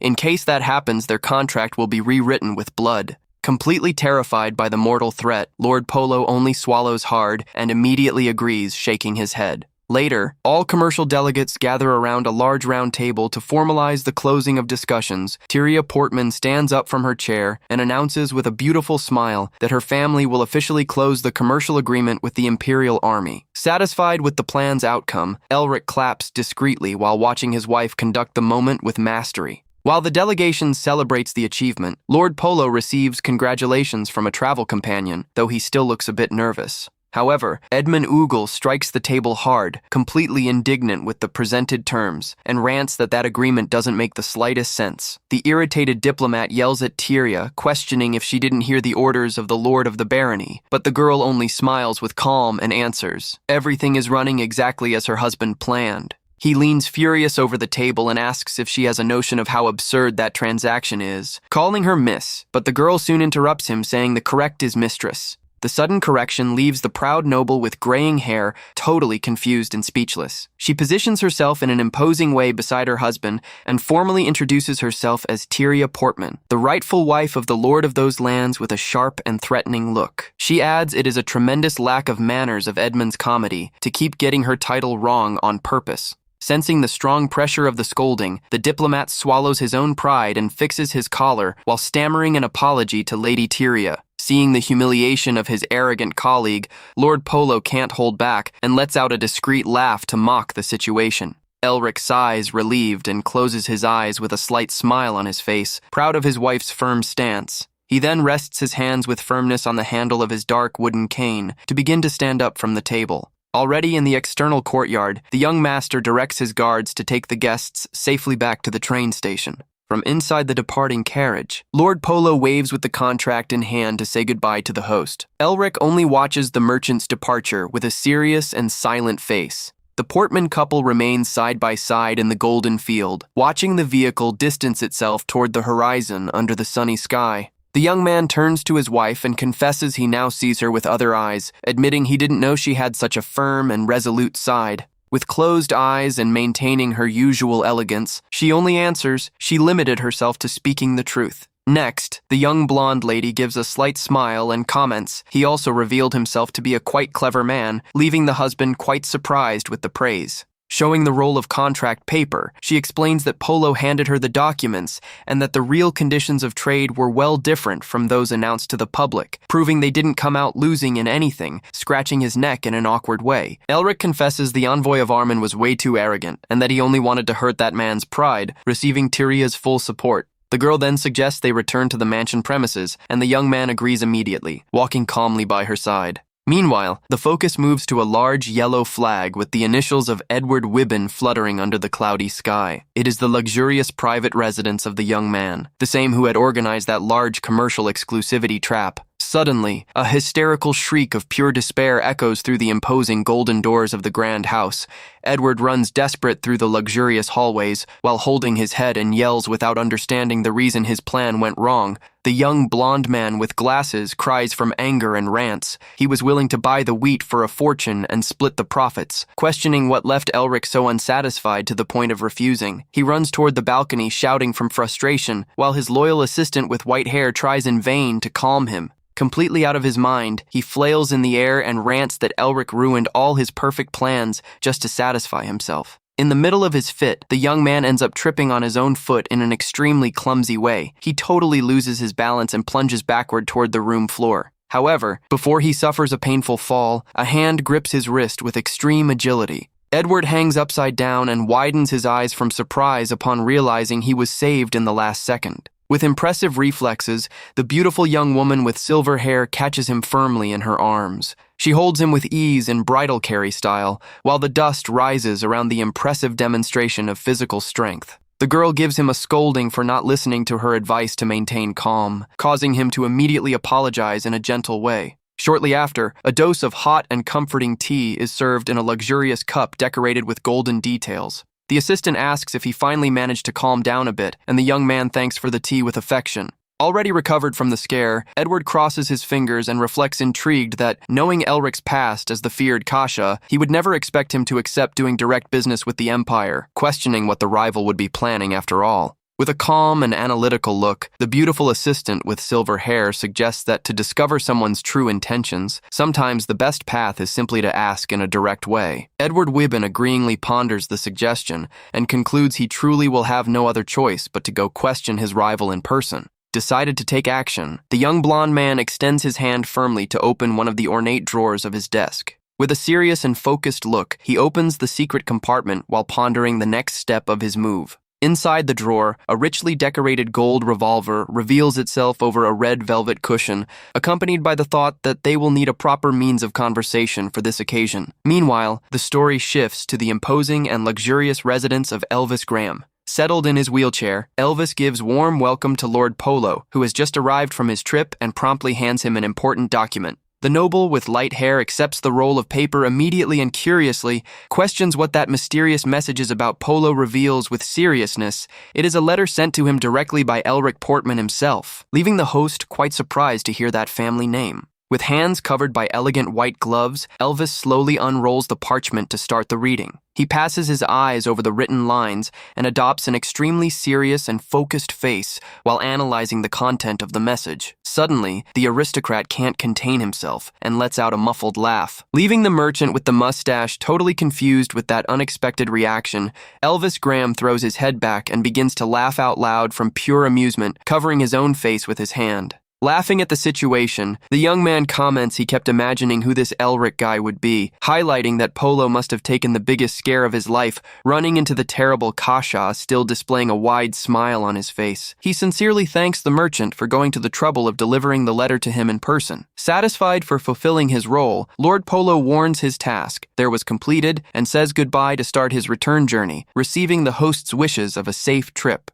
Now alone in his office, Elvis looks thoughtfully at the letter and mutters that the feared sword demon vanished so suddenly he wondered where he was, surprised to discover he had departed precisely to the Waben lands. The scene then changes to a dirt road surrounded by hills covered in fresh snow, where the echo of sudden shots breaks the silence of the environment. The barrel of a hunting shotgun lets out smoke in the middle of the frozen forest right after the well-aimed shot. A young hunter joyfully celebrates the success of his aim, while his companions celebrate in the background with shouts of enthusiasm. The boys run excited toward the huge deer that lies taken down in the snow, celebrating that great feat will finally guarantee their promotion to the level of professional hunters. While two of them kneel to examine the prey and discuss the hard work it will be to drag the animal back, the group leader stops abruptly upon feeling a terrible bad feeling. The companions find his sudden paralysis odd and ask him to stop zoning out and go fetch the horses already, questioning if he is unable to hear them. With sweat dripping down his face from pure dread, the young man makes a silent sign with his finger on his mouth and begs for them to get quiet immediately. He wields his staff defensively and in a low voice orders the two to step away immediately from the prey, generating even more confusion in the other hunters, trembling from fear. The young man explains he is feeling a terrible shiver down his spine, indicating the imminent presence of a magical beast in the surroundings, insisting they need to flee from there without wasting time. The companion disdains the warning and says it's obvious it is cold because they are in the middle of winter, sharply ordering him to stop speaking nonsense and bring the mounts already. However, a violent crash shakes the ground right before the group, causing everyone to enter absolute panic all at once. Desperate, the young man points his firearm forward and bawls for the idiots to get out of the way once and for all, because there is something terrible right behind them. From the middle of the frozen trees, a gigantic and monstrous creature emerges silently and projects its threatening shadow over the terrified hunters. A colossal wolf with sharp teeth and eyes shining in a supernatural blue tone reveals itself, known as the feared Blade Wolf. A short time later, the setting moves to the imposing Portman mansion under a sky heavy with snow clouds. Settled in her sitting room, Tyria Portman listens to the account with an expression of deep shock and concern before the gravity of the situation. The three surviving hunters appear kneeling before her, with dirty and downcast faces, confessing they fled the location in complete panic to save their lives. Demonstrating her immense kindness and empathy, the young lady thanks them for their courage to report what occurred and suggests they take a hot tea to calm down, promising she will talk to her husband to resolve the problem once and for all. She then turns to the housekeeper and requests that Rhonda provide hearty meals and hot drinks to warmly welcome the scared young men in the family's private library. The loyal butler Aldio removes a heavy illustrated encyclopedia of monsters from the wooden shelves. Walking side by side with the mistress through the hallways, the old man analyzes the book pages and crosses the information with the desperate accounts of the surviving hunters. He closes the book with seriousness and reveals that the terrible creature spotted in the forest is, without doubts, a specimen of the dangerous Blade Wolf Tyria. Questions scared if it really is about a magical beast, and Aldio confirms yes, though he explains the species should have vanished from the region after the death of its old leader. The girl widens her eyes and recalls that leader of the pack was precisely the beast that left that deep scar on Elric's neck during the confrontation of the past faced with that painful memory. A look of absolute determination arises on the Portman heir's face. She takes a firm stance and declares she won't allow any resident of her lands to run the same mortal danger her husband faced, decreeing she will immediately organize an extermination group to hunt the monster. Aldio makes an elegant bow of respect and ensures he will personally take care of recruiting highly qualified elite hunters for the subjugation mission. However, before he steps away, Tyria calls him one more time in a resolute way. With a conspiratorial and serious look, she makes a silent sign and demands that entire hunting operation be kept in absolute secret from Lord Elric. The old butler stands momentarily surprised with his mistress's unusual request, but soon agrees and promises to keep the secret as requested the next morning. The preparations for the departure of a luxurious carriage are ready in front of the mansion's main entrance. With slightly flushed cheeks and an extremely affectionate smile on his face, Elric says goodbye to his wife, promising to return as quickly as possible from his business. The couple exchanges passionate looks, and Tyria wishes a safe trip to her husband, remaining beside Aldio in the snow-covered courtyard while she watches the vehicle distance itself toward the horizon. Worried, Aldio questions if it wouldn't be better to give prior warning to the Lord, arguing he might feel hurt in the future if he discovers the truth through other means. But Tyria ponders that, knowing her husband's stubborn personality, he would insist on resolving everything alone, even with his injured leg. The Portman heir looks away thoughtful and recalls that situation makes her remember exactly a painful day of the past. In her childhood memories, young Tyria appears crying desperately while she claims for Elric's name, who ran toward the danger. At that time, the little young man had placed himself courageously in front of a colossal wolf with red eyes brandishing only a piece of wood to protect her, determined to not let her husband run danger again. The girl reinforces they must deal with the beast alone this time, and questions if her request is already duly ready. Aldio confirms yes, and presents the 3 experienced warriors he recruited, ensuring they are the best elite hunters in the entire barony. Tyria plans to wrap up the hunt before her husband's return, but the old butler is startled upon realizing she intends to personally accompany the extermination group Forest inside dressing in an elegant blue overcoat with fur details. The young noblewoman firmly argues that accompanying the people she sent to danger is her sacred duty as an aristocrat. Seeing he won't manage to make her change her mind, Aldio yields to his mistress's insistence, but imposes the strict condition that she retreat immediately in case the magical beast appears. Meanwhile, the scene shifts to the bustling and frozen commercial district of Wibben, where the residents walk bundled up through the snow-covered streets. Under the snow that falls smoothly, the wooden sign of an old and respectable local clinic stands out. In the interior of the office, a friendly old doctor with glasses examines the prota's leg and celebrates the excellent recovery of the scar, asserting it is practically healed. Energetic with the positive diagnosis, Elric questions if he can already retire his dark wooden cane, but the doctor suggests caution and asks for him to keep using the support for a bit more time. Changing the subject, the experienced doctor focuses his look on the young man's neck and asks if the old deep scar of that region left him any permanent after effect. The young master smiles and answers in a casual way that it didn't leave after effects precisely because the wound was treated by an incredibly talented doctor. The doctor smiles with the praise, but recalls it was an extremely difficult treatment due to Elric's young age and the freezing caused by the Blade Wolf's bite, still remembering how the boy's father desperately begged for his son's life. The revelation leaves the prota completely shocked and speechless, as he never imagined his strict father would have acted that way for him. The friendly doctor laughs at the young man's reaction and confesses it was a striking scene, revealing it was the first time in his life he saw the imposing Lord Hoven turn pale from pure dread. Visualizing the stern image of his late father in thoughts, Elric swallows hard and admits it is quite hard to imagine that so cold man acting in a desperate way upon saying goodbye to the patient at the business door.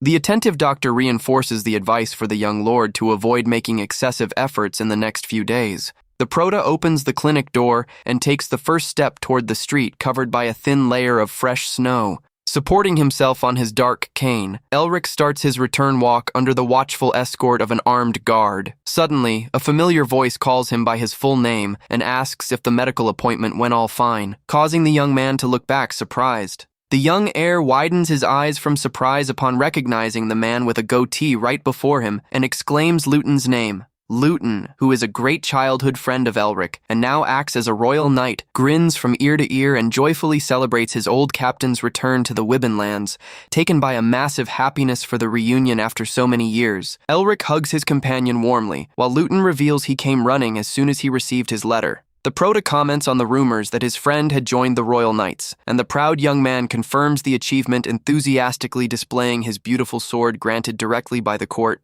Elric suggests they step away from there to talk and drink in some private place on his tab, and Luton accepts the invitation immediately, eager to know what the captain ran around doing during the time he was missing. However, the old friend's conversation is abruptly cut short by a messenger who runs desperately toward them, shouting for the knight Luton to deliver a comedy of extreme urgency. Completely out of breath and tense, the soldier extends a rolled parchment and loudly announces it is about a rescue request sent on behalf of the Portman family. The news falls like a bomb and leaves the two men completely stunned, with Elric demanding to know immediately the real meaning of that distress call from his own house. The messenger, breaking into a cold sweat, reveals with extreme hesitation that the young lady Tyria Portman is the cause of all that ruckus. With a look of absolute panic shining in his red eyes, the Proto listens to the soldier confirm that his beloved wife was attacked by a terrible magical beast in the forest. Meanwhile, on the frozen mountains of Wibben, the deafening noise of shotgun shots echoes intensely in the middle of the blizzard. Two fierce blade wolves run swiftly through the snow, with their blue eyes shining in fury as they charge against the group of humans. One of the elite hunters positions himself firmly and pulls his weapon's trigger, firing a well-aimed shot against the beasts. The projectile hits the forehead of one of the monsters dead on, causing the immense wolf to let out a howl of pure pain and despair. While the warriors swap strikes against the pack and bawl orders to protect Tyria's safety, the loyal maid Marie runs desperately hand in hand with her mistress in search of shelter. Pointing toward the frozen trees, the young Ruiva spots an old wooden cabin and suggests they take refuge there immediately. Marie and Tyria run toward the entry of the old structure, while the maid begs for the lady to enter fast to protect herself from the cold and danger. From the outside, the hunter's commander loudly orders his men to light the lightstones to illuminate the way in the middle of the blizzard. The warriors wield the brilliant crystals and run in opposite directions, planning to use the magic energy released by the stones to attract the beast's attention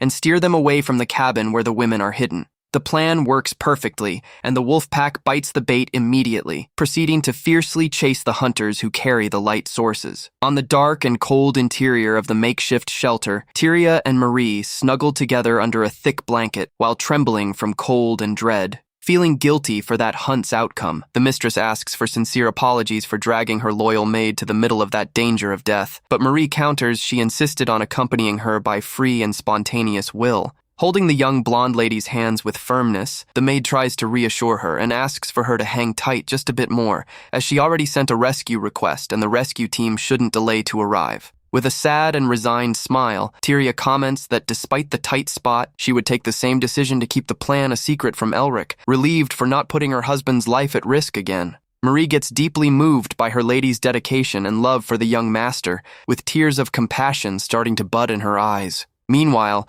under an intense snowstorm that whips the plain, two mounts gallop at maximum speed, tearing through the icy wind, riding desperately in the middle of the blizzard. Elric is consumed by a terrible mix of distress and insecurity, questioning why Tyria decided to face that danger alone, and if he really is such an unreliable husband in her eyes. While they ride swiftly in the middle of the storm, Luton yells for his old captain to try to maintain calm, promising he will save Tyria cost what it cost and asking for him to just trust his strength. Elric thanks his friend's sincere support, feeling a bit more comforted in the middle of the despair consuming his heart. In that fateful memory of the past, little Luton ran crying and breaking into a cold sweat while listening to Tyria's desperate shouts calling for Elric. On that day, the Portman heir had placed himself alone in front of the gigantic beast with red eyes to give time for the friends to flee. Little Luton felt extremely guilty for fleeing in search of backup and leaving his captain to fight alone against the monster. Returning to the present, the now royal knight rides with determination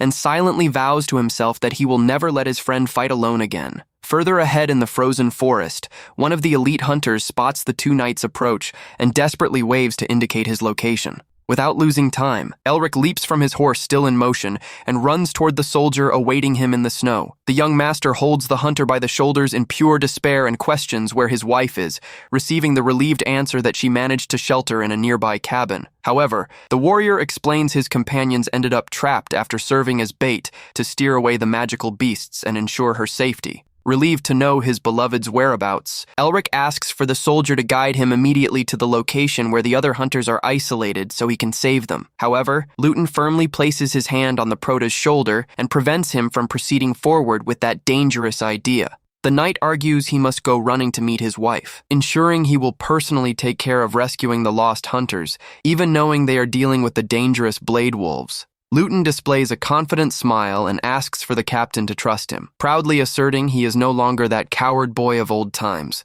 Elric smiles back with pride and agrees immediately, recognizing his childhood companion finally became a true knight. The armored young man then orders the hunter to guide him to the location of the trapped companions, and the two quickly depart toward the rescue. With his heart beating strong from anxiety, the prota turns toward the shelter under the storm and mentalizes he needs to run as fast as possible to Tyria's arms. The portman heir runs with all his forces in the middle of the violent blizzard whipping the Wibben forest. His feet sink deeply into the thick layer of fresh snow at each quick and resolute step. Protecting his eyes from the freezing wind, the young man curses against the relentless blizzard and desperately hopes everyone involved is safe. After an exhaustive search, he finally spots the silhouette of the old wooden cabin in the middle of the trees covered in snow. Elric flings the wooden door of the shelter open all at once with a violent crash. Out of breath and taken by despair, the young master shouts for his beloved wife's name while sweeping the interior of the location with his look. Huddled in a corner of the cabin, Tyria and Marie jump in surprise and look stunned at the prota's figure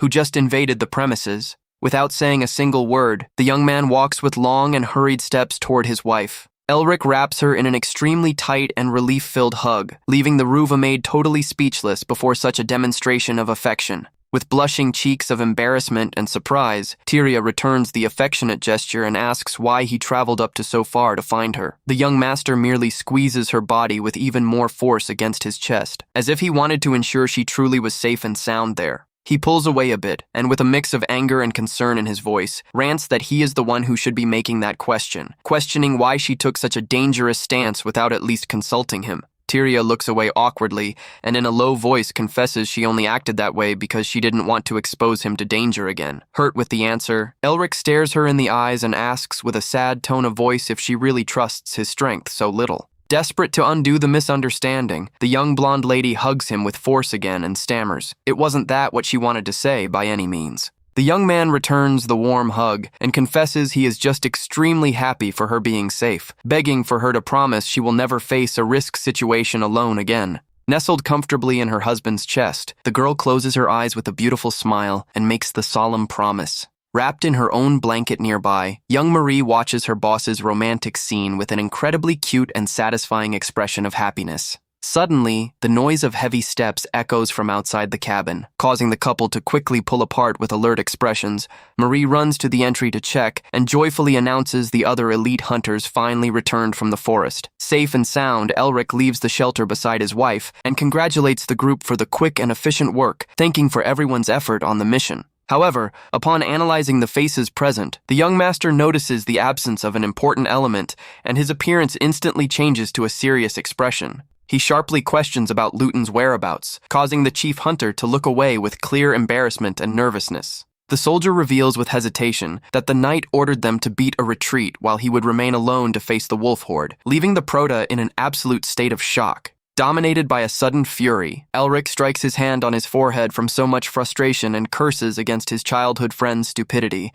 Without hesitating, he orders the warriors to escort Tyria and Marie safely mountain down, while he will return alone to the forest to save Luton. However, as soon as he turns to depart toward the blizzard, a hand firmly grabs the sleeve of his blue overcoat. The young man looks back out of the corner of his eye and runs into his beloved wife's worried appearance, who confesses to being terrified with the possibility of him getting severely injured. With eyes covered in tears and blushing cheeks, Tyria begs for him to make the solemn promise that he will return alive and in safety to her arms. Tyria then suddenly grabs Elric's coat sleeve tightly. With tears in her eyes, she says she is absolutely terrified of him getting hurt and begs him to promise he will come back safely. Elric gently places his hand over hers, telling her to trust him, and thanks her for caring so much. He smiles and promises he will bring Luton back home and return safe and sound. With that, the young blonde lady slowly lets go of her husband's coat and lets him go. With a serious look, she warns him that she truly won't forgive him if he breaks this promise to return.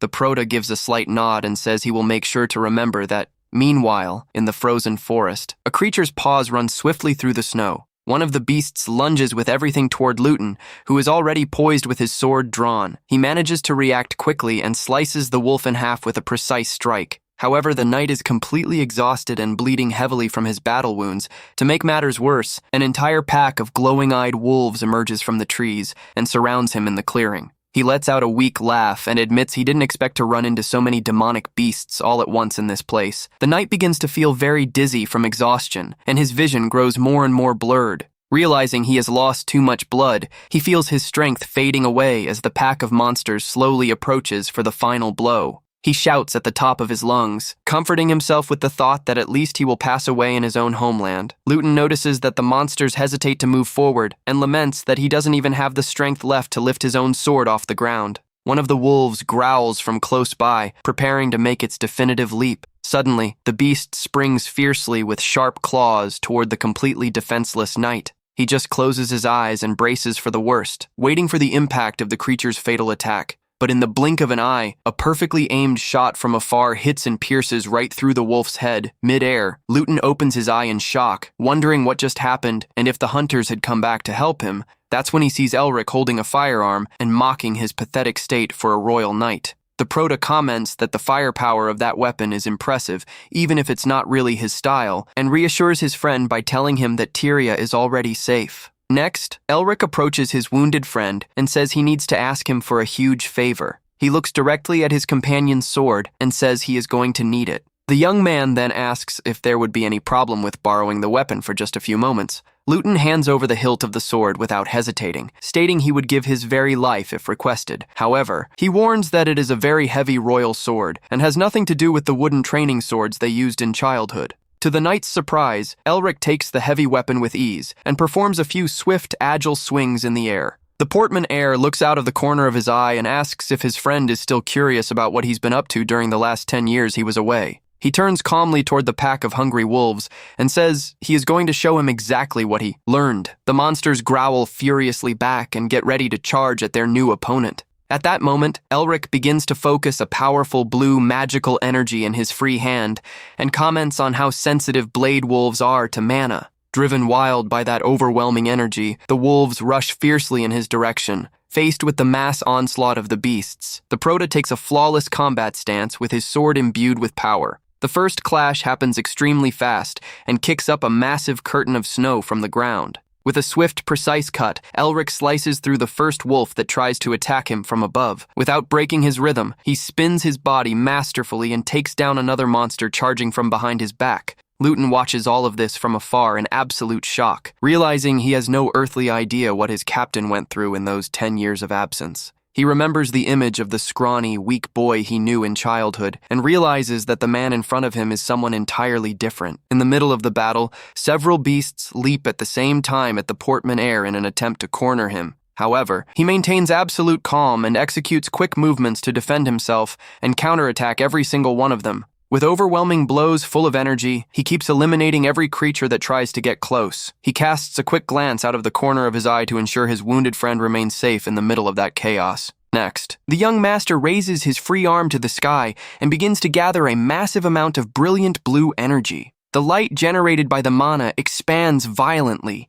illuminating the entire frozen forest around them with an intense glow. With a swift movement, he channels this devastating force into the ground and creates an explosion that blows all the remaining beasts away with ease. Luton is left completely speechless, his eye wide in the face of his captain's staggering display of power. Before a now silent scene filled with defeated enemies, Elric turns calmly to his friend and asks what he thought of that. Elric smiles with a confident look and asks if that was enough to satisfy his childhood friend's curiosity. Faced with such a revelation, Luton simply collapses sitting in the snow, totally wiped out and speechless. He confesses with a puzzled expression that now he feels even more intrigued than before. Back at the cozy cabin, the Prota sincerely thanks Luton for all the help, but the knight replies that he barely did a thing. The warrior, now covered in bandages across his body, insists that his captain was the one who resolved the entire situation alone. Elric denies it and asserts he never would have managed without him, taking the moment to ask his friend for one more favor. With a grateful smile, Luton answers that the captain saved his life twice and that he doesn't even need to ask, he just has to give the order. The Portman heir proposes that the knight take all the credit for hunting down the demonic beasts, since he prefers not to draw attention to himself, leaving the warrior completely flabbergasted. Elric explains he has his own private reasons for acting this way, and presses the request despite Luton's obvious hesitation.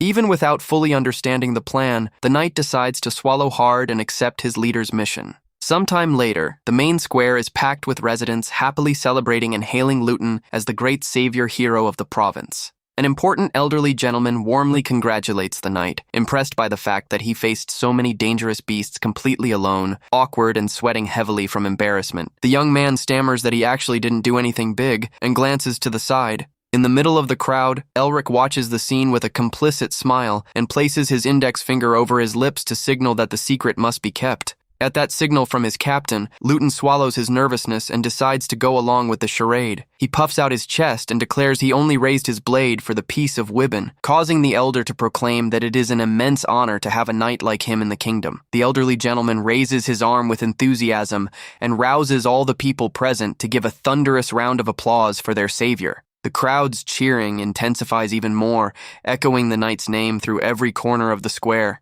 Satisfied to see that his plan worked perfectly, Elric smiles and decides it's already time to head back home. The carriage finally approaches the imposing Portman mansion, which is surrounded by a thick layer of snow. The vehicle moves smoothly along the icy road, drawing close to the main entrance of the residence. The large wooden wheels turn slowly on the frozen ground until the carriage stops completely. As soon as the door opens, the Prota quickly steps down and runs right into his beloved wife, who was waiting for him outside. With a beautiful smile on her face, Tyria welcomes him and confesses she was already starting to get a little worried about his delay. Elric affectionately apologizes and justifies the delay by explaining he needed to properly thank his friend and say goodbye to him in an appropriate manner. She asks about the condition of his injured leg and if he still needs to use the cane, making the young man explain the doctor merely recommended avoiding heavy physical exertion for a while. The young master gives his own thigh a light pat with a confident smile to demonstrate he is in perfect shape. Next, he changes his tone of voice and focuses his attention directly on his wife, leaving her visibly embarrassed. With a deeply affectionate and protective look, the young man begs her to promise she will never put herself in such a dangerous situation again. Quite flushed by her husband's romantic request, she gently agrees and ensures she will remember this advice very well. The Prota then suggests they don't just stand out there in the cold and invites her to step inside the warm mansion once and for all. At that, a gloved hand holds and pushes the imposing wooden entrance doors open so the couple can pass in an extremely gentlemanly manner. Elric makes way and asks for his lady to enter the residence first. Seeing that scene full of romance and complicity, the housemaids happily whisper that the mood between the bosses feels just like the heat of summer. Tyria approaches her husband and affectionately thanks him for the constant care he shows for her. But completely out of nowhere, the young blonde lady begins to sway and loses her balance, leaving the young man in immediate panic. Elric manages to hold her firmly before she hits the ground and desperately shouts his wife's name in the hope of making her wake up. A short time later, inside a medical carriage, the young blonde lady appears lying down and quite pale while receiving the first professional care. The elderly doctor with glasses sighs with concern and reveals to Elric that his wife's health condition is much more severe than he imagined. The health professional adds she might be approaching a critical and dangerous moment, leaving the Prota totally devastated. The doctor observes the young man's frantic look and comments to himself that the late Lord Hoven had exactly that same expression of dread in the past. Overcome by distress, the Portman heir grips the doctor's shoulder with extreme force and desperation. With a trembling voice, he begs the doctor to do absolutely everything in his power to save her. Since she is the most precious person in his life, the old man makes a respectful bow and solemnly promises he will do his absolute best to care for the young lady. Right after, the medical carriage quickly departs along the frozen road to fetch the necessary medications and equipment for the treatment. The young man remains outside the large mansion, breathing heavily against the freezing wind of the storm. Upon realizing the miserable state of their master, who has just collapsed to his knees in the cold snow, the maids run in a panic in his direction, shouting his name. The head housekeeper tries to comfort him immediately and begs him to try to maintain calm in the face of all that distressing situation. Sometime later, through the lit window of one of the mansion's rooms, the Prota appears seated completely alone at the dinner table. He stares at the untouched plate of food before him with a distant, empty look, totally consumed by sadness and worry over his beloved's condition. Suddenly, Elric hears a familiar voice asking if the food isn't pleasing his palate and looks up startled. He sees the image of Tyria sweetly smiling at him like she used to do in their happiest moments. He recalls with melancholy that the two haven't talked much lately due to their hectic routines. Overcome by the pain of longing, the young man mentally asks himself if he could talk to her just a little bit more. Suddenly, the silence of the table is broken by a murmur of surprise. Rhonda and Marie appear to gather the dishes and notice with deep sadness that the young master didn't even touch the meal. Faced with this, the head housekeeper decides to quickly slip away to check on errands, leaving Marie quite worried. The young maid then gathers the tray with care and gets ready to leave the location. She thinks to herself that the young man usually devoured every single scrap of food with great ease. Rhonda catches his attention and comments on the fact that he's barely been eating lately, causing him to apologize and say he has no appetite. Worried about the young man's mental well-being, the housekeeper suggests he take a walk through the garden his wife used to frequent. The garden is packed with beautiful, brilliant blue roses that create an incredibly magical atmosphere. Elric admires the beauty of the plants, and Rhonda confirms that Tyria cared for that place with a lot of love since before his return. He realizes those magical flowers can only bloom in the harsh winter because of the love and magic engineering masterfully applied by his beloved. The housekeeper comments that he also liked botany a lot in childhood, but the Proto answers those memories now feel very distant. He silently reflects that the scent of flowers is no longer what occupies his daily thoughts. Instead of peace, his mind is constantly plagued by the smell of blood from violent battles and by the bodies from his old clashes. Rhonda reveals that Tyria kept precious memories of the plants and that when she was younger, she had the great dream of becoming a combat medic. Elric stands quite surprised to discover a young noblewoman coveted a profession so dangerous and geared toward war. At that moment, an old memory of the distant past arises in his mind, showing a hand delivering a small pouch of coins, seeing her master covering his face thoughtfully. The housekeeper asks if everything is fine, and he answers. He just remembered something important from his childhood. With the blizzard's cold tightening in the garden, Rhonda suggests they return to the warm interior of the mansion, and he agrees immediately. The night begins to fall gently over the Portman territory, painting the sky with shades of red and orange. The elderly butler Aldio raises his startled gaze upon seeing the young master suddenly invade the room. Elric stands puzzled and questions why the loyal butler is working in his wife's private office at that hour of the night. The old man explains he is reviewing a massive pile of reports and recalls he served the old lord of the family for half of his entire life, knowing that routine very well.